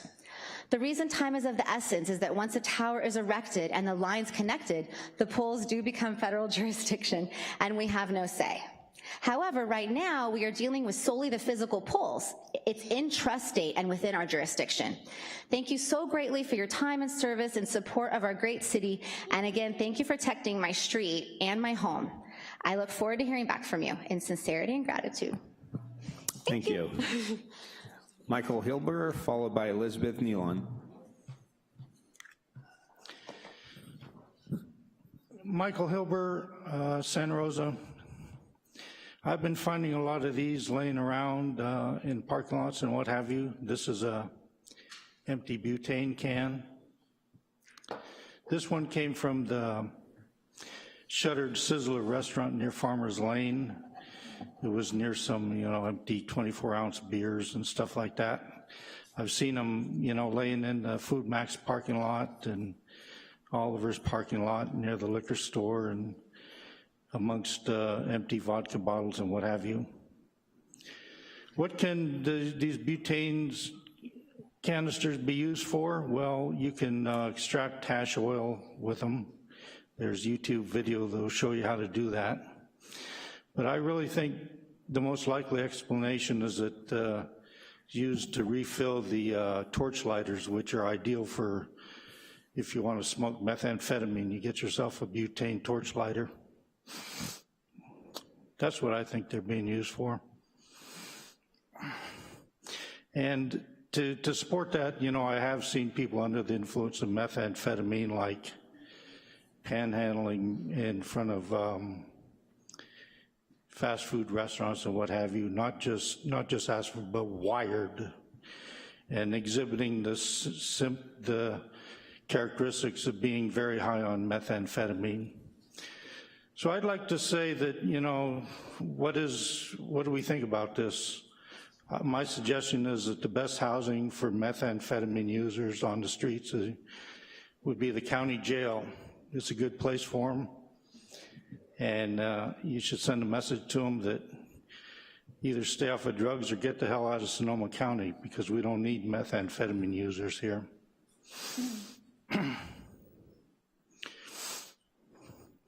When you go home tonight or maybe tomorrow morning, you're gonna see in the news that in the town of Ukiah, which has a lot of methamphetamine users, an elderly woman was the victim of an unprovoked attack by some idiot with a brick. That's the kind of thing that people do when they use so much drugs. A young punk, let's get that out there too. That's one of the things that people do when they use so much drugs, that they become deranged and paranoid and delusional. Unprovoked attacks on complete strangers.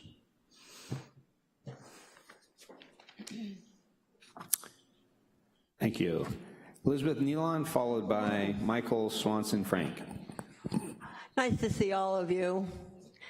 Good to be here. I got a lot of stuff on my little notepad thing here. The first thing I want to ask is, does our local corporate newspaper have a policy of ignoring and suppressing the deaths of homeless individuals? I was listening to KCBS radio maybe a week or two ago, and they said, we're in Santa Rosa. A man was sleeping in a dumpster and got dumped into a dump truck. Well, I didn't hear whether he lived or died, and I never heard another whisper about it from anyone. It's like, oh, okay, they went to Santa Rosa because this happened. And also the man who hanged himself after having the police take away his tent. I never heard another word. I don't know his name. It apparently never was in the newspaper. I don't read the newspaper, but I don't think they report these things. I'm gonna do a quick rundown. Well, tomorrow's May Day. I may as well do that part next. Which is International Workers' Day all over the world. However, in our country, the oligarchy, or America's ruling class, did not want a day to honor workers here.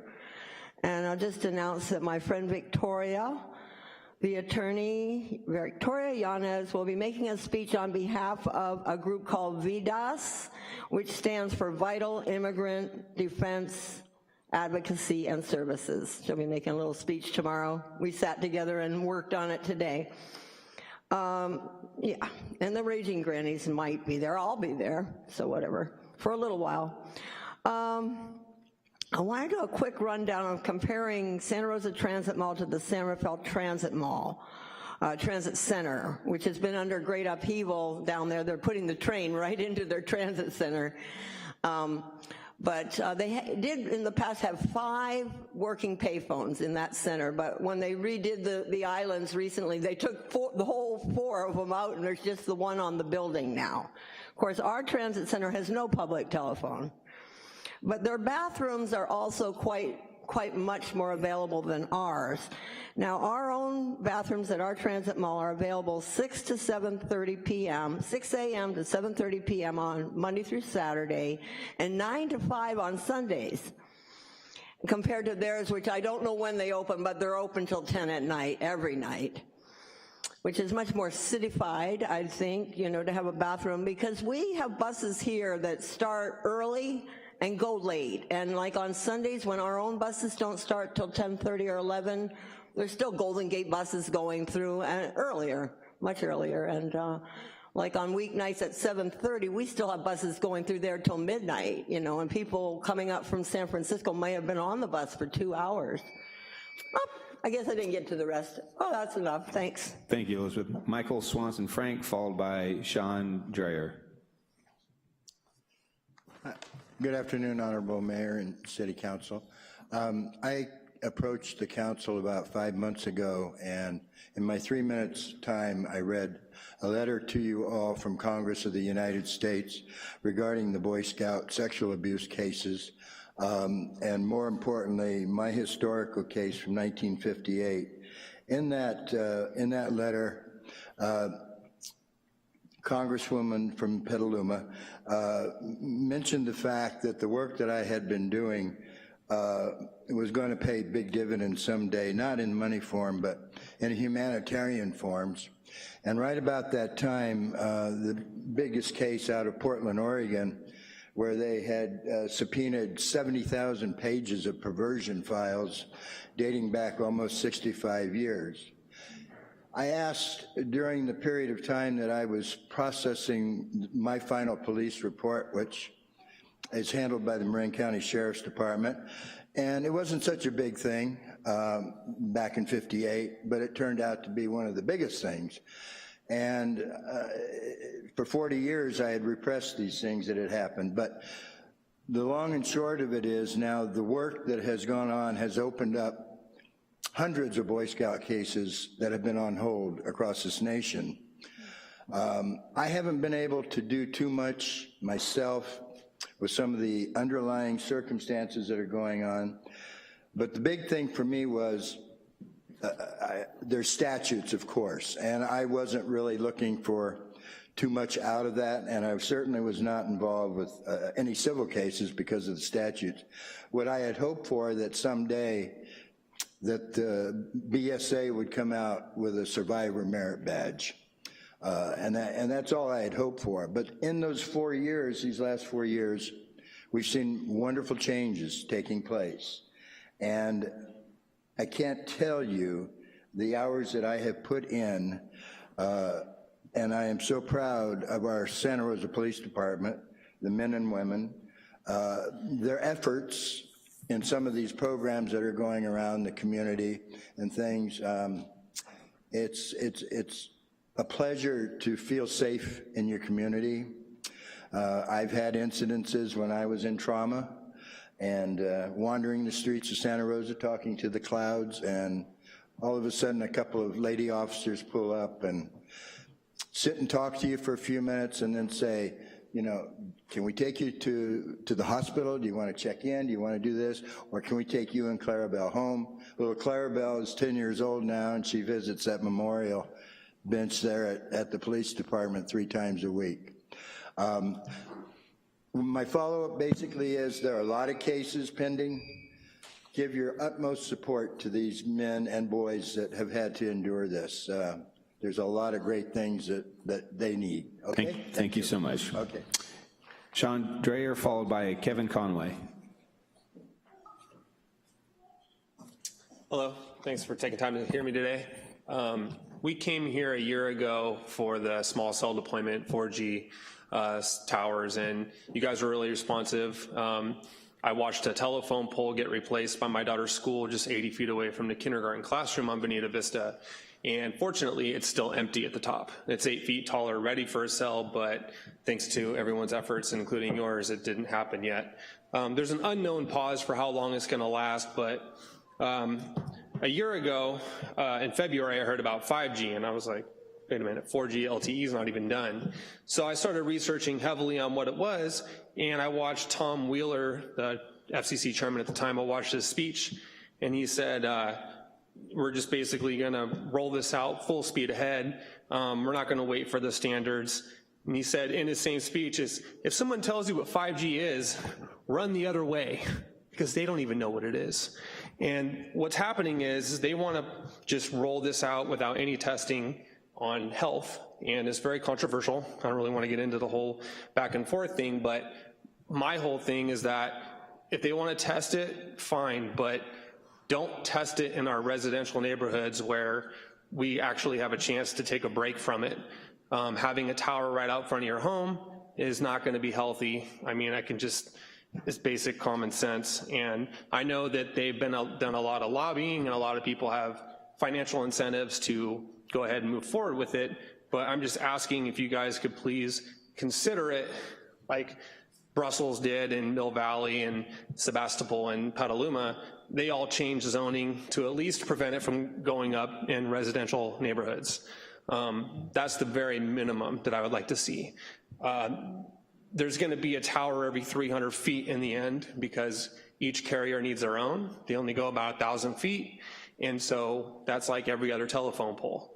And anyway, I've been researching it a lot, heavily every day, and learning about it, and I'm with a few people. We're trying to just raise awareness about it. I don't think people really understand how hard and fast this is coming, and I really don't want to wake up one day and find that the light pole right across from my bedroom window and my kids has a heavy radiation emitting tower blasting into my house 24/7.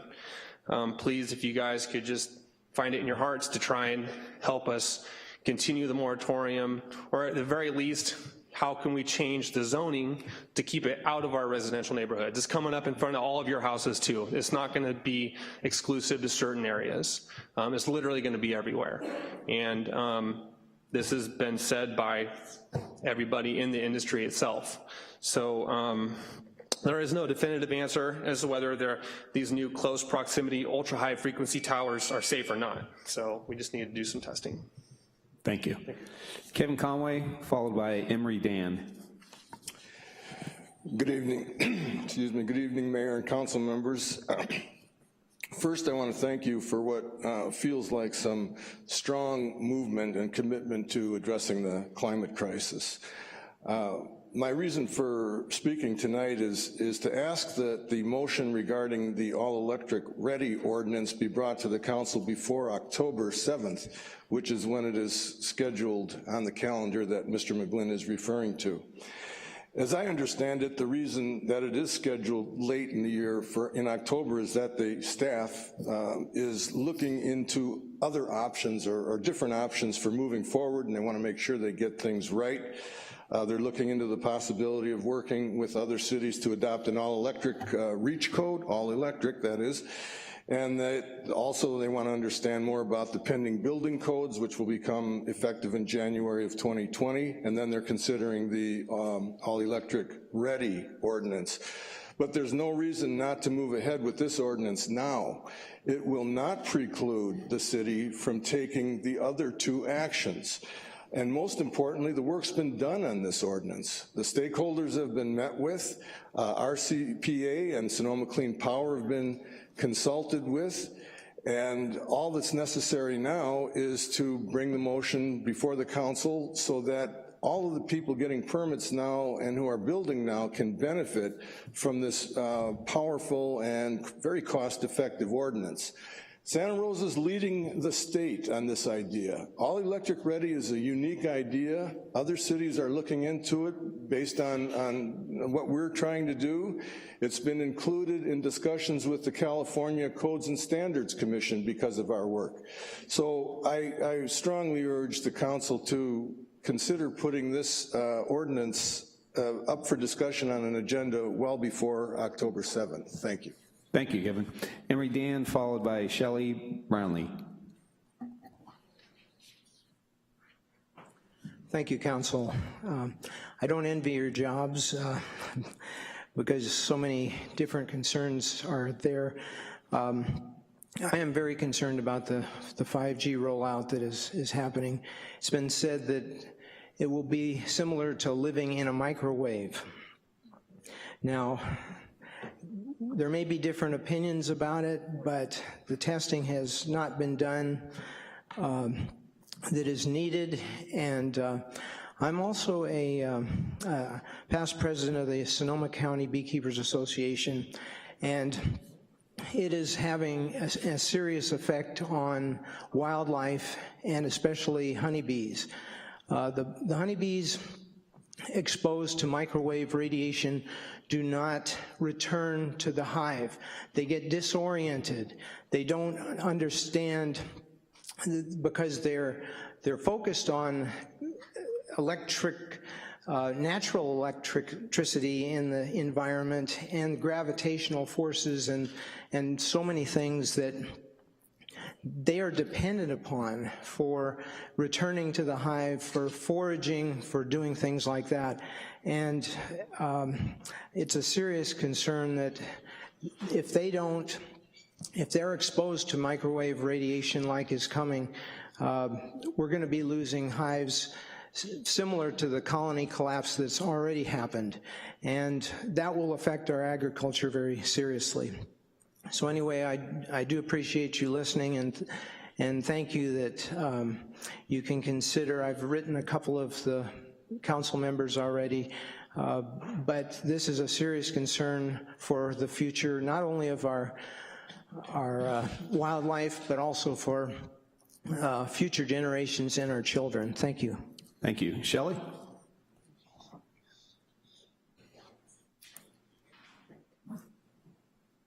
Thank you, Mayor Schroedhelm. Greetings to all of you. Thank you, Jack, for bringing forth AB 857. I had to leave for an appointment, but I just ran back to explain a little bit more to you guys about what this bill is. This bill was co-authored by Assembly Members Chu of San Francisco and Santiago of LA. And it was sponsored by the California Public Banking Alliance, which is made up of active working groups for public banking from the cities of, there's 12 cities now, all the way from San Diego to Eureka. This bill is asking the Office of Business Oversight to issue a new licensure, just like a liquor license, to issue a new license that doesn't exist currently for any town or city that wish to start a public bank in the future could then go to the Office of Business Oversight to obtain licensure. The ask of this is that the City of Santa Rosa endorse a resolution of support of AB 857. The cities of Los Angeles, Oakland, Berkeley, and Richmond have already endorsed it, as well as the counties of San Francisco and Santa Clara. And this bill would not cost to endorse it, or this bill in and of itself would not cost us any money. It would simply be stating that you support the Office of Business Oversight to create this licensure. It also requires that if public banks are up and running, that they partner with local banks and credit unions in providing partnership loans, and they don't compete with them. It's a way that we can keep our local money in our local communities that are so badly in need of these funds right now. So I kindly ask for your support when this bill comes before the council, that you endorse it as a council, and you state that the City of Santa Rosa is on board with helping to establish public banks in the future throughout the state of California. Thank you. Thank you. Those are all the cards we have. Madam City Attorney, I have a question. We heard some comments from several members of the community about the 5G towers, and you and I had a conversation that you were aware of the California Supreme Court. Can you just update us where are we with that? Sure, that case, I'm sorry, I don't remember the exact date it came out, but it came out recently, and I am in the process of preparing a summary to send to council with more details, but it does allow for aesthetic regulation of cell facilities. Great, so that's, you'll be sending us information. I'll be sending you the information, right. yes. Thank you very much. Right, item 15.1, Mr. City Manager. Report, recertification of Sewer System Management Plan, SSMP, and delegation of approval authority for future recertifications to the Board of Public Utilities. Joe Schiavone, Deputy Director, Water and Sewer Operations, presenting.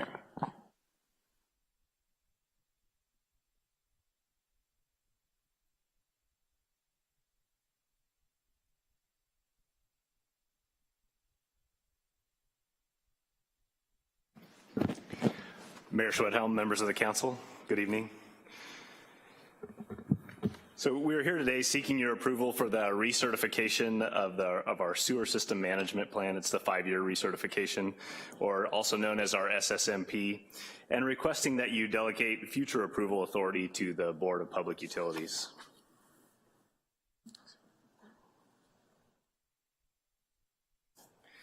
I'll start by providing a little background as to why we have an SSMP.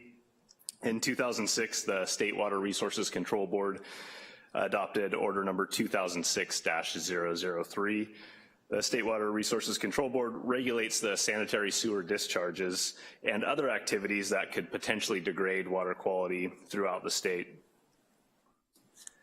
This 2006 order included a general waste discharge requirement, also known as a WDR, that all collection systems develop a mechanism and to help reduce their sanitary sewer overflows. The waste discharge order required that each agency create an SSMP to provide a plan and schedule to properly manage, operate, and maintain in all parts of their sanitary sewer system in order to help reduce SSOs as well as mitigate any SSOs that do occur. So the Water Department continues to conform with the goals identified in the SSMP through implementing ongoing maintenance programs and through capital improvement projects. As described in our SSMP, we provide emergency response, cleanup, source mitigation, and notification follow-up for all SSOs in accordance with the guidelines of our SSMP Overflow Emergency Response Plan. We perform regularly scheduled sanitary sewer maintenance, CCTV inspections, and request capital improvement system improvements based on deficiencies discovered through our CCTV inspections. To minimize inflow and infiltration, or also known as I&I, we inspect our sewer system by smoke testing, by collecting data during our CCTV inspections, and we also maintain and enforce sanitary sewer system design and construction standards that help our operations staff operate and maintain our sewer system effectively. As described in the SSMP, each organization shall conduct periodic internal audits appropriate to the size of the system and the number of SSOs that are occurring in that system. At a minimum, these audits must occur every 2 years, and a report must be prepared and kept on file. This audit shall focus on evaluating the effectiveness of the SSMP and the organization's compliance with the SSMP requirements. Included in our most recent audit are metrics and evidence of our effective SSMP, such as our excellent SSO record, as well as recent accomplishments like being awarded the CWEA's Collection System of the Year for the state of California. Just a quick note, this standard average for California is about 8 sanitary sewer overflows, or SSOs, per 100 miles of pipe. We're usually less than that per year, including most recently within the past 2 years going a 15-month period without an SSO. Because this is a living document, we are constantly looking for opportunities to improve our compliance and update information during our audits.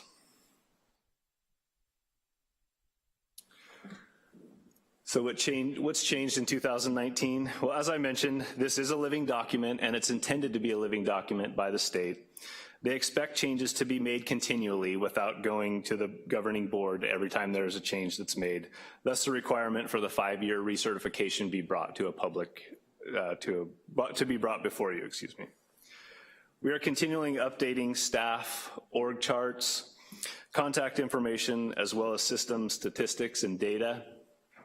New to this draft is an LRO certification page, which clearly shows that all of the SSOs that do occur and any changes to the document have been reviewed and signed off by our legal reporting official, which is known as the LRO.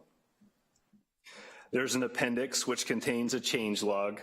This recent requirement that will be used from this recertification moving forward to document any major changes to the SSMP. So any changes that are made moving forward will be clearly defined in the change log. Our refined and improved spill response documentation includes a post-spill requirement for all SSOs that occur. This allows us to focus on constant improvement by reviewing the previous response. We also continually update our spill response guide sheets that are followed by all of our crews that respond to an SSO. These guiding documents include who to contact if a spill occurs and the required notification and timelines for each agency. They also contain line items required for documenting each spill to make sure that each one is documented and can be properly reviewed.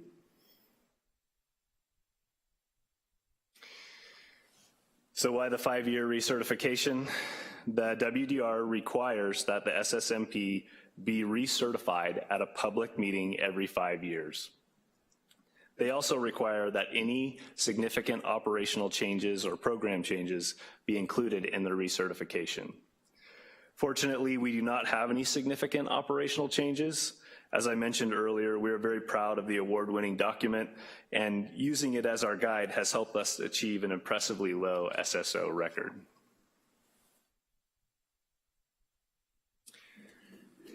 We're also requesting that future approval authority be granted to the Board of Public Utilities.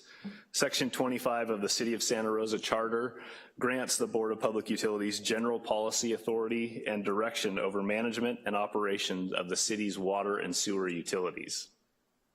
We are requesting that the City Council grant the Board of Public Utilities authority for future recertifications, and should this request be granted, the SSMP that will be submitted to the state will include this change of authority. This will actually be our only significant change in the document.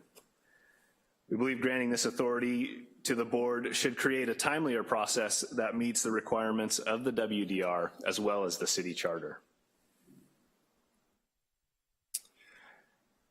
And that brings us to our recommendation.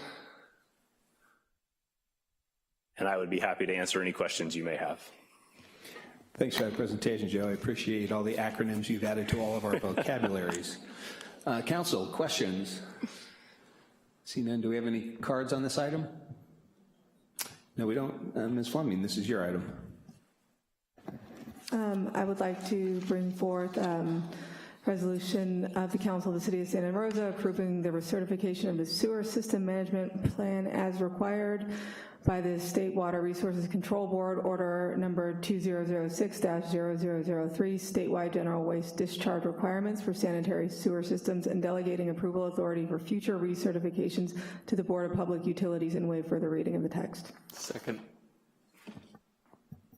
We have a motion and a second, and I do want to acknowledge the SSOs, or the how few and far between they are.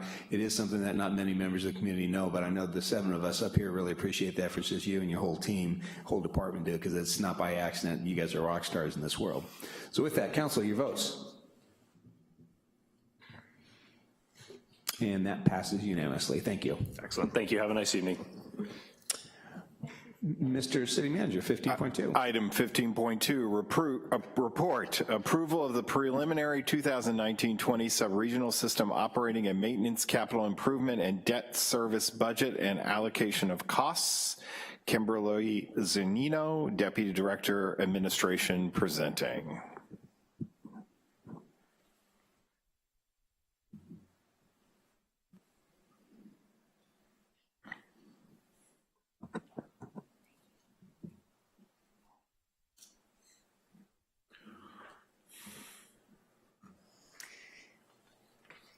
All right, good evening, Mayor Schwedhelm and members of the council. I am coming before you with a budget item, which is a little unusual, but it does come to you once a year early. We need to notify our partners of their allocation of costs prior to May 1st or on May 1st, which is why this item comes before you before the rest of the budget. Our sub-regional system is made up of 5 partners. So we run the system and we have 5 partners who contribute to wastewater and contribute to the cost of operations, maintenance, debt service, and capital improvement. Those 5 partners are Santa Rosa, Rohnert Park, Cotati, Sebastopol, and the South Park Sanitation District. The operations and maintenance budget is available for us so that we can treat wastewater, distribute recycled water and biosolids so that we can comply with our NPDES permit and air quality permits, as well as dispose of and monitor any hazardous waste disposals. Just outlining some of the budget highlights, our O&M budget this year is only going up by 0.7%.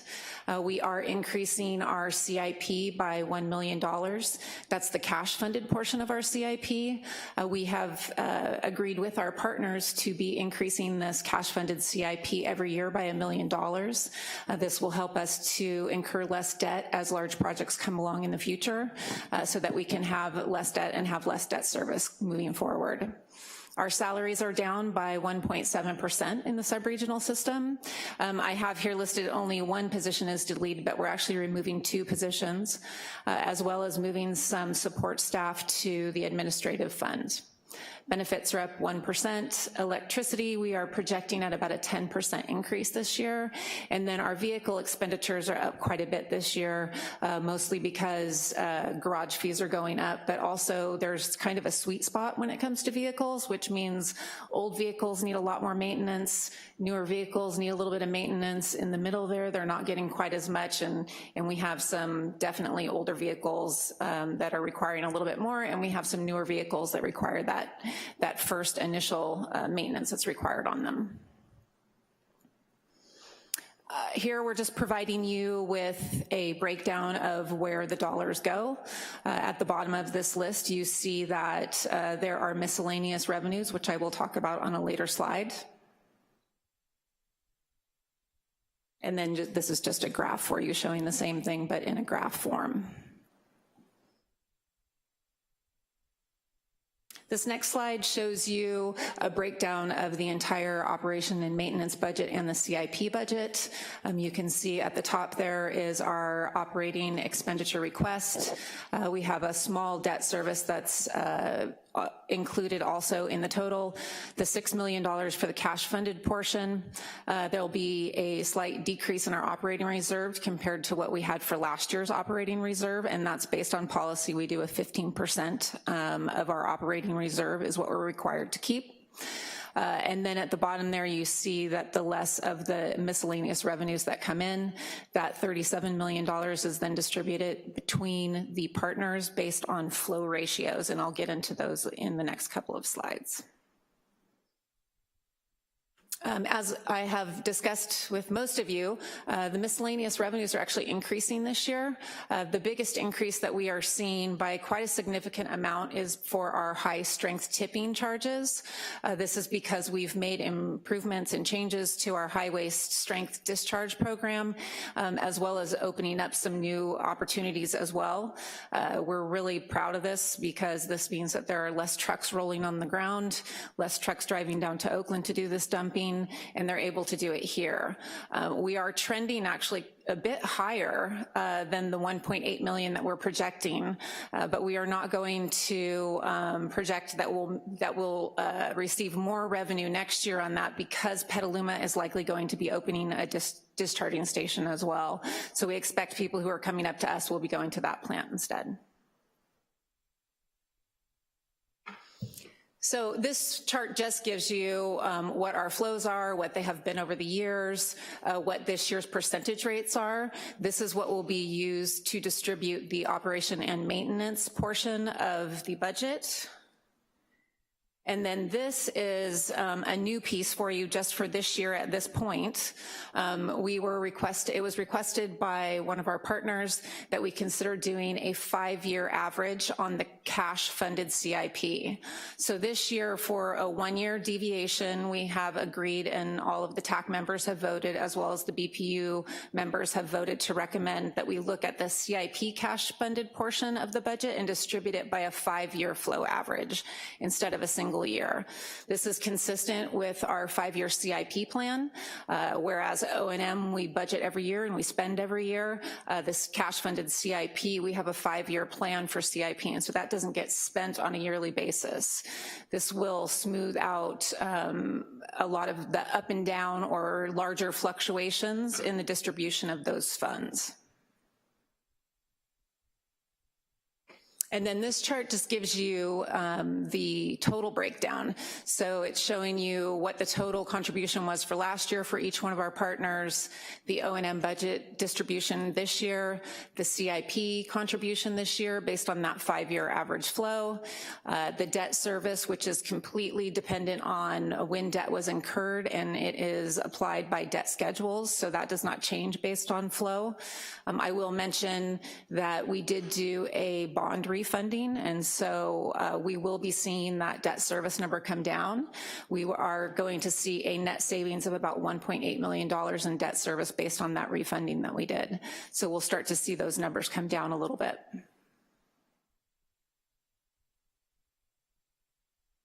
This just gives you a schedule. We met with the technical advisory several times. We have met and discussed this item with the budget subcommittee of the BPU, as well as taking it to the BPU for a study session, and also for a recommendation to council on April 18th. It was unanimously approved. We are here tonight to request a preliminary approval from you, and then we will notify the user agencies on May 1st. Your actual approval will come with the budget, so you will have this with your study sessions, and then again, you will see it in June. And with that, I will answer any questions that you may have before I make my recommendation, or I can make my recommendation first.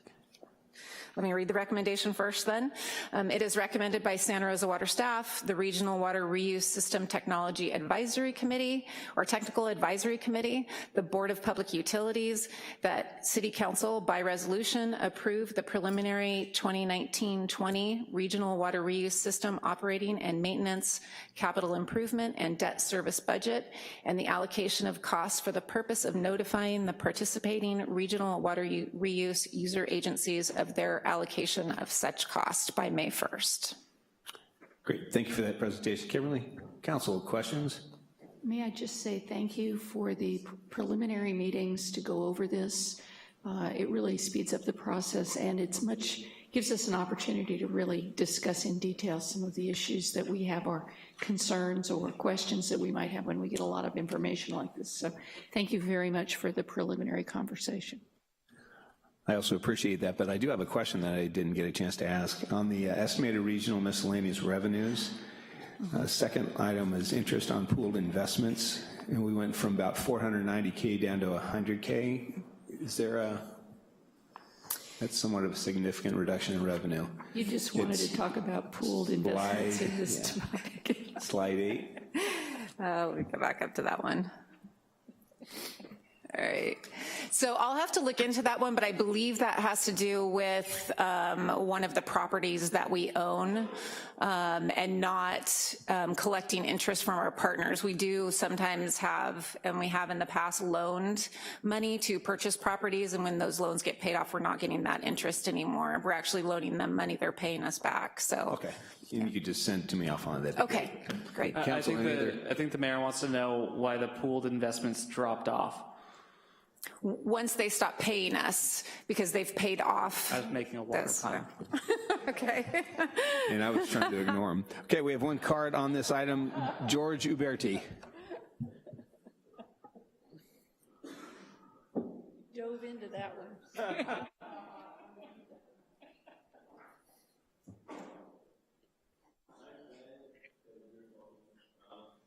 Laguna de Santa Rosa facility.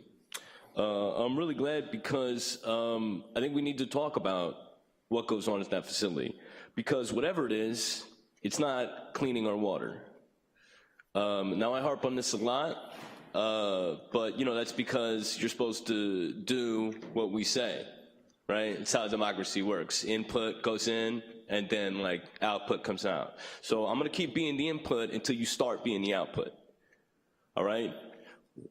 Before these fires hit, we had the most water quality violations per capita in the state of California by a huge margin, You want to think things got worse, or do you want to think things got better? All right, when the fires hit. Take a guess, all right? It's not rocket science, okay? I've said it before, I'll say it again. I tested the water myself while I worked for the city of Santa Rosa. All right, 8.8 was the pH. pH of water is 7. It's what sets what pH is, all right? It's enough, okay? I mean, if you can't even give us clean drinking water, what do you do? What do you do, all right? Now, that question, I think, is echoed by the numbers I'm seeing here in the expenditures by category slide. Because what I can see is that salaries are 9 million, oh no, almost 10 million. Benefits, almost 6 million, got about 17 million. That's one of the biggest. Debt service, 22 million. You know, laboratory services, not so much, right? 300,000, something like that. So the biggest cost of getting our water clean is paying you guys. And the water's not clean. What are we paying for? All right? What are we paying for? Now, talking about this, water quality trading credits, right? Something that goes on at the Laguna de Santa Rosa treatment facility. Water quality trading units. I implore you to look that up. Please do it. Because you know the first thing that's going to come up when you type in water quality trading, the first thing that's going to come up is big fat nothing. You know why? Because it's a meaningless statement. It's just an elaborate financial mechanism designed by people like you who want to hide money, who want to make sure that they don't have to do their jobs, who want to make sure that our water doesn't get clean. All right, water quality trading, you're trading the responsibility to clean our water for money. All right? And that's enough. You think people want that? You think people don't want clean drinking water? It's not. There's nothing like a democratic action anywhere inside it. Nobody wants that. Nobody votes away their own drinking water. It doesn't happen. All right? It's people like you doing all these things behind the scenes to make sure you don't do what you're supposed to do, be a government. Right. Any other cards? Don't see any. Mr. Tibbetts, you have this item. I move a resolution of the Council of the City of Santa Rosa approving the preliminary FY 2019-20 sub-regional system operating and maintenance, capital improvement and debt service budget and allocation of costs, and waive for the reading of the text. I'll second. We have a motion and a second. Your votes. Passes unanimously. Thank you, Kimberly. Thank you. Mr. City Manager, 15.3. Item 15.3, report, reimburse 50% share of repair costs to Sonoma County Library for repair of screw compressor. Doug Williams, Facility Maintenance Coordinator, Steve Kreck, and Jason Nutt. It's a triple threat presenting.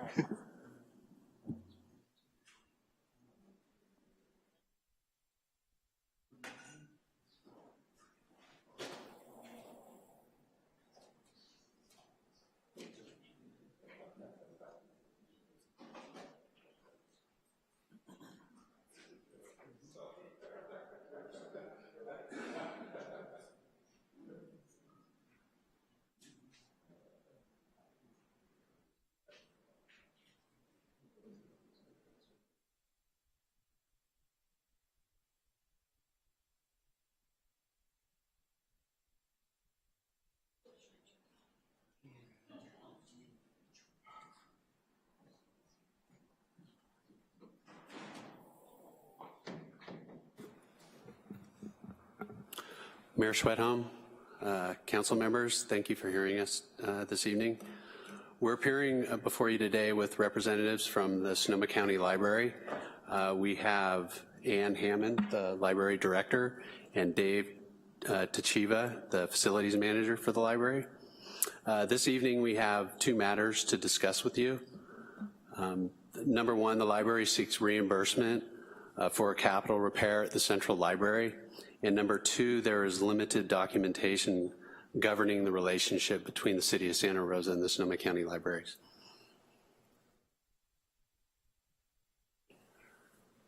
So the city and the library currently operate under a JPA, which includes the following language regarding maintenance costs. The library shall enter into and maintain lease agreements for each facility in which it operates or intends to operate, a regional branch or rural station libraries. Unless the facility is owned by the library, the commission shall establish lease agreement standards and requirements in its bylaws and shall approve library leases that are consistent therewith. The library and members who own the library facilities shall work together to plan for the provisions and payment of capital improvements and capital repairs to facilities operated by the library, including but not limited to major repair and replacement of building structures, HVAC systems, plumbing, roofing, ADA improvements and other structural elements, or external features such as parking lots. The City of Santa Rosa and the Sonoma County Library have been unable to locate a lease agreement if one does exist. The screw compressor is a large component of an air conditioning unit which was repaired in the Central Library in mid-2018. The library is seeking reimbursement of 50% of the cost of that repair.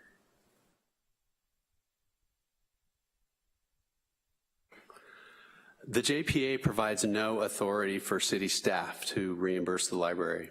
However, we do have adequate funding available in two existing project budgets. Anticipating future maintenance costs, a library-specific project was added to the 2019-2020 budget process. Director Nutt will elaborate further at an upcoming city council meeting concerning that budget request. So I think this is going to play into larger budget conversations, as you saw how the budget calendar is laid out.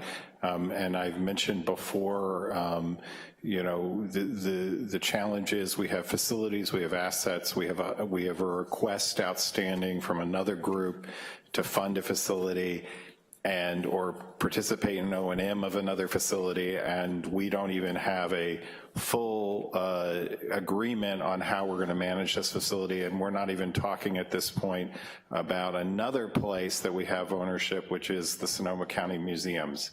And so there's a lot of questions, and we don't really have a full asset plan for our own assets, and that our city workers work in every day. So there's a lot of conversations. I'm going to let the staff move forward, but I think this was a request by the mayor to start to point at this. We are not looking for solutions on this, but we want to show you an example of a challenge, and then we're going to need to get into conversations about funding commitments moving forward. But this is a challenge for the city, and as has been repeated on multiple occasions, right now we're only investing about between $300,000 and $400,000 annually in our facilities. Okay, we included this slide just to give you an idea. We have 3 libraries that we take care of. The Northwest Library, it's in the Cottingtown Shopping Center, the Rincon Valley Library, and the Main Library that's just down the street. You can get an idea of the year that they were built. One library's 52 years old. We have another that's 54. Their current facility condition index is relatively well. The funding need you see at the very far right is a 10-year need, and if we were to do nothing with these facilities, the 10-year FCI would increase exponentially for all 3 facilities. And if you wanted to take a deeper look at what's happening with these facilities, if you just look at the council package, there's more information on these facilities there. And if I may, just to remind council what's at issue for you tonight is the request for reimbursement of this particular equipment at this particular library. So both the city manager's comments and the general background information in terms of the various assets, that's for another day, another discussion, but that provides you a context and some background. Thank you for that, and I do appreciate this additional information because as one council person, it was somewhat frustrating when things are taken out of context, because if we're going to talk, let's talk about the entire library system. So I look forward to Mr. Nutt's future presentation. Yeah, and that was what I was trying to illuminate, is that you have one item in front of you. While we've provided some additional information, that is not the topic of today's conversation. Yes. Council, questions? Mr. Tibbetts. Thank you, Mayor. So I do have a question for Sue. Sue, I've got to believe that in a commercial lease agreement, there is like a revert to solution that the state holds. There's got to be tenant rights that at a basic level guarantee the tenant rights vis-a-vis the landlord in a commercial lease. Would this qualify as a commercial lease as a public entity? I have not looked into that exact question, but I would not treat this as a commercial lease. And I'm, excuse me, and I am not aware of any default in this situation. Mm-hmm. We cannot locate a lease, and we are looking at trying to put together a lease going forward, but at this point, we're working off of just the language from the JPA. Okay, you know, I think when we do get the bigger conversation about what the city's maintenance responsibilities are at the library, understanding what any state law is that kind of dictates our role in the absence of a lease will be important, because just looking into the future, I'm going to be afraid that this is going to devolve into a very difficult conversation with a lot of back and forth about who's paying what for the next foreseeable future. Yes, and we'll certainly come back with a full analysis of what a lease, if we're going to enter into leases, what those leases look like. Thank you. And it is not going to be an easy conversation, council member. Ms. Gomes? It's my understanding that this particular library had a repair of this HVAC system previously. Why are we repairing it again so soon? Was it incorrectly repaired previously, or was it, I'm sorry, it failed. I'm just trying to sort out. Wasn't it repaired? It says, or are we talking about the mid-2018 repair? I'm sorry, I misunderstood. I thought it was repaired in 2018 and we were repairing it again. Okay, that makes it a little easier to swallow. The other question that I have is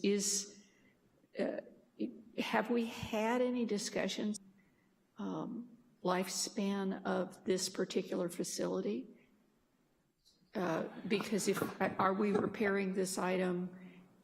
Again, we're here to discuss, we can take notes on some of these concerns, but we're here to discuss whether the council will agree to pay 50% of the cost of this particular repair. Happy to take these input. So the future of the useful life of the building is part and parcel to me of the conversation of whether we would move forward with a repair.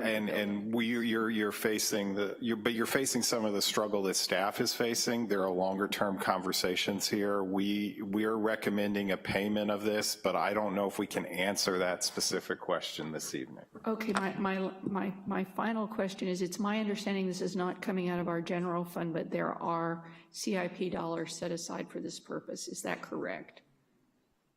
The monies that we would use to pay for this come out of our general, or excuse me, our job ledger fund. CIP funds, but it's not specific funds for library repairs. It's general CIP funds. Is that right? That's correct. Okay, thank you. Mr. Vice Mayor? Thank you. Did the funding for this, or the project, go through a proper RFP?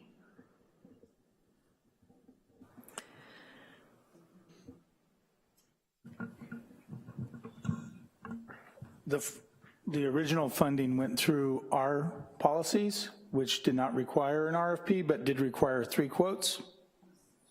And so it received those 3 quotes? Excuse me? Did you say that it required 3 quotes? Yes. And it received those? Yes, it did. Did this require a vote of the library board, the library commission? Yes.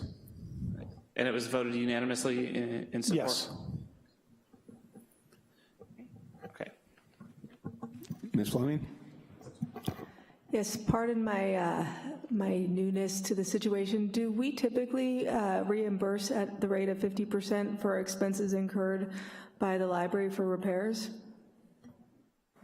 This is part of the reason why we gave you some background on this, is that the JPA doesn't specifically say whether it's a 50-50 split on projects. It could be a 25 to 75. We just haven't determined that, and we actually, speaking with the facility manager for the library, we would like some stronger language. Right, so I'm curious as to how we got to this number, I mean, this percentage.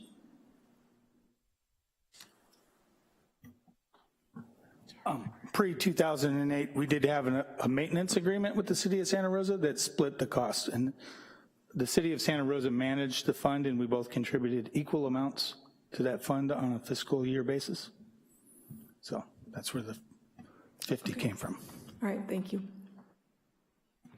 Mr. Vice Mayor. And I apologize, I'm trying to remember, is this the project that split the cost for the part and the maintenance or the labor into 2 separate contracts? You're correct. And what was the purpose of that? I have no idea. The vendor, ABM Industries, submitted an initial quote of $98,000, and then they billed us in 2 separate invoices. Okay. And that's not normal practice for the city, is that correct? No, it is not. All right, I'm going to be willing to go forward with this today, but at a minimum, I think we need to make it clear to the Library Commission that that's not how we typically operate as well. Well, I think that's the reason we need to get into some clearer understandings and some better defined processes around these items. I don't think anyone wants to be here, either the Library Commission or staff, in this type of conversation. So yes. Mr. Tibbetts. Will this come back as an item unto itself, or will this be part of our entire maintenance obligations and facilities for the city? It'll be part of a larger conversation about maintenance obligations for the city. Okay, you know, I might just, getting this information, for example, sir, I'm sorry, I don't know your name.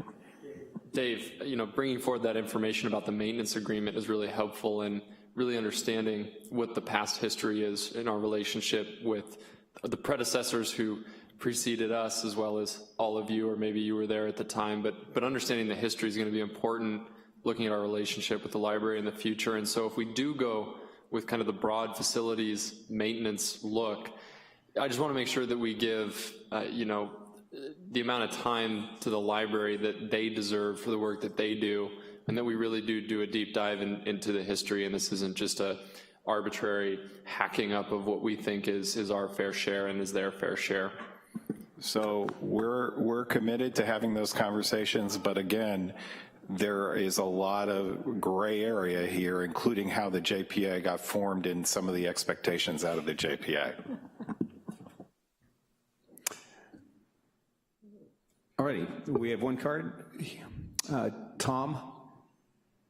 He's not present. Excuse me? He left? Okay. It was either, yeah, it can be Papanuck or Popenuck. Okay. With that, any other questions from council? Okay, Ms. Combs, you have this item? I have the item. Let me say, let's clear the air on this HVAC system. Okay, resolution of the Council of the City of Santa Rosa to reimburse 50% share of repair costs to Sonoma County Library for repair of screw compressor, and waive further reading of the text. Second. We have a motion and a second. Your votes, please. And that passes unanimously. Thank you. Again, looking forward to our future conversation about this, so this provides clarity for all parties involved in this. Thank you, though. Essential, yes. Thank you. Okay, no public hearings, written communications. Mr. City Manager, you need to say anything about that? We have the final map for Somerset Place subdivision provided for information. Okay, and we also have our quarterly boards, commissions, committees attendance report. Do we have any additional public comment cards? All right, meeting's adjourned.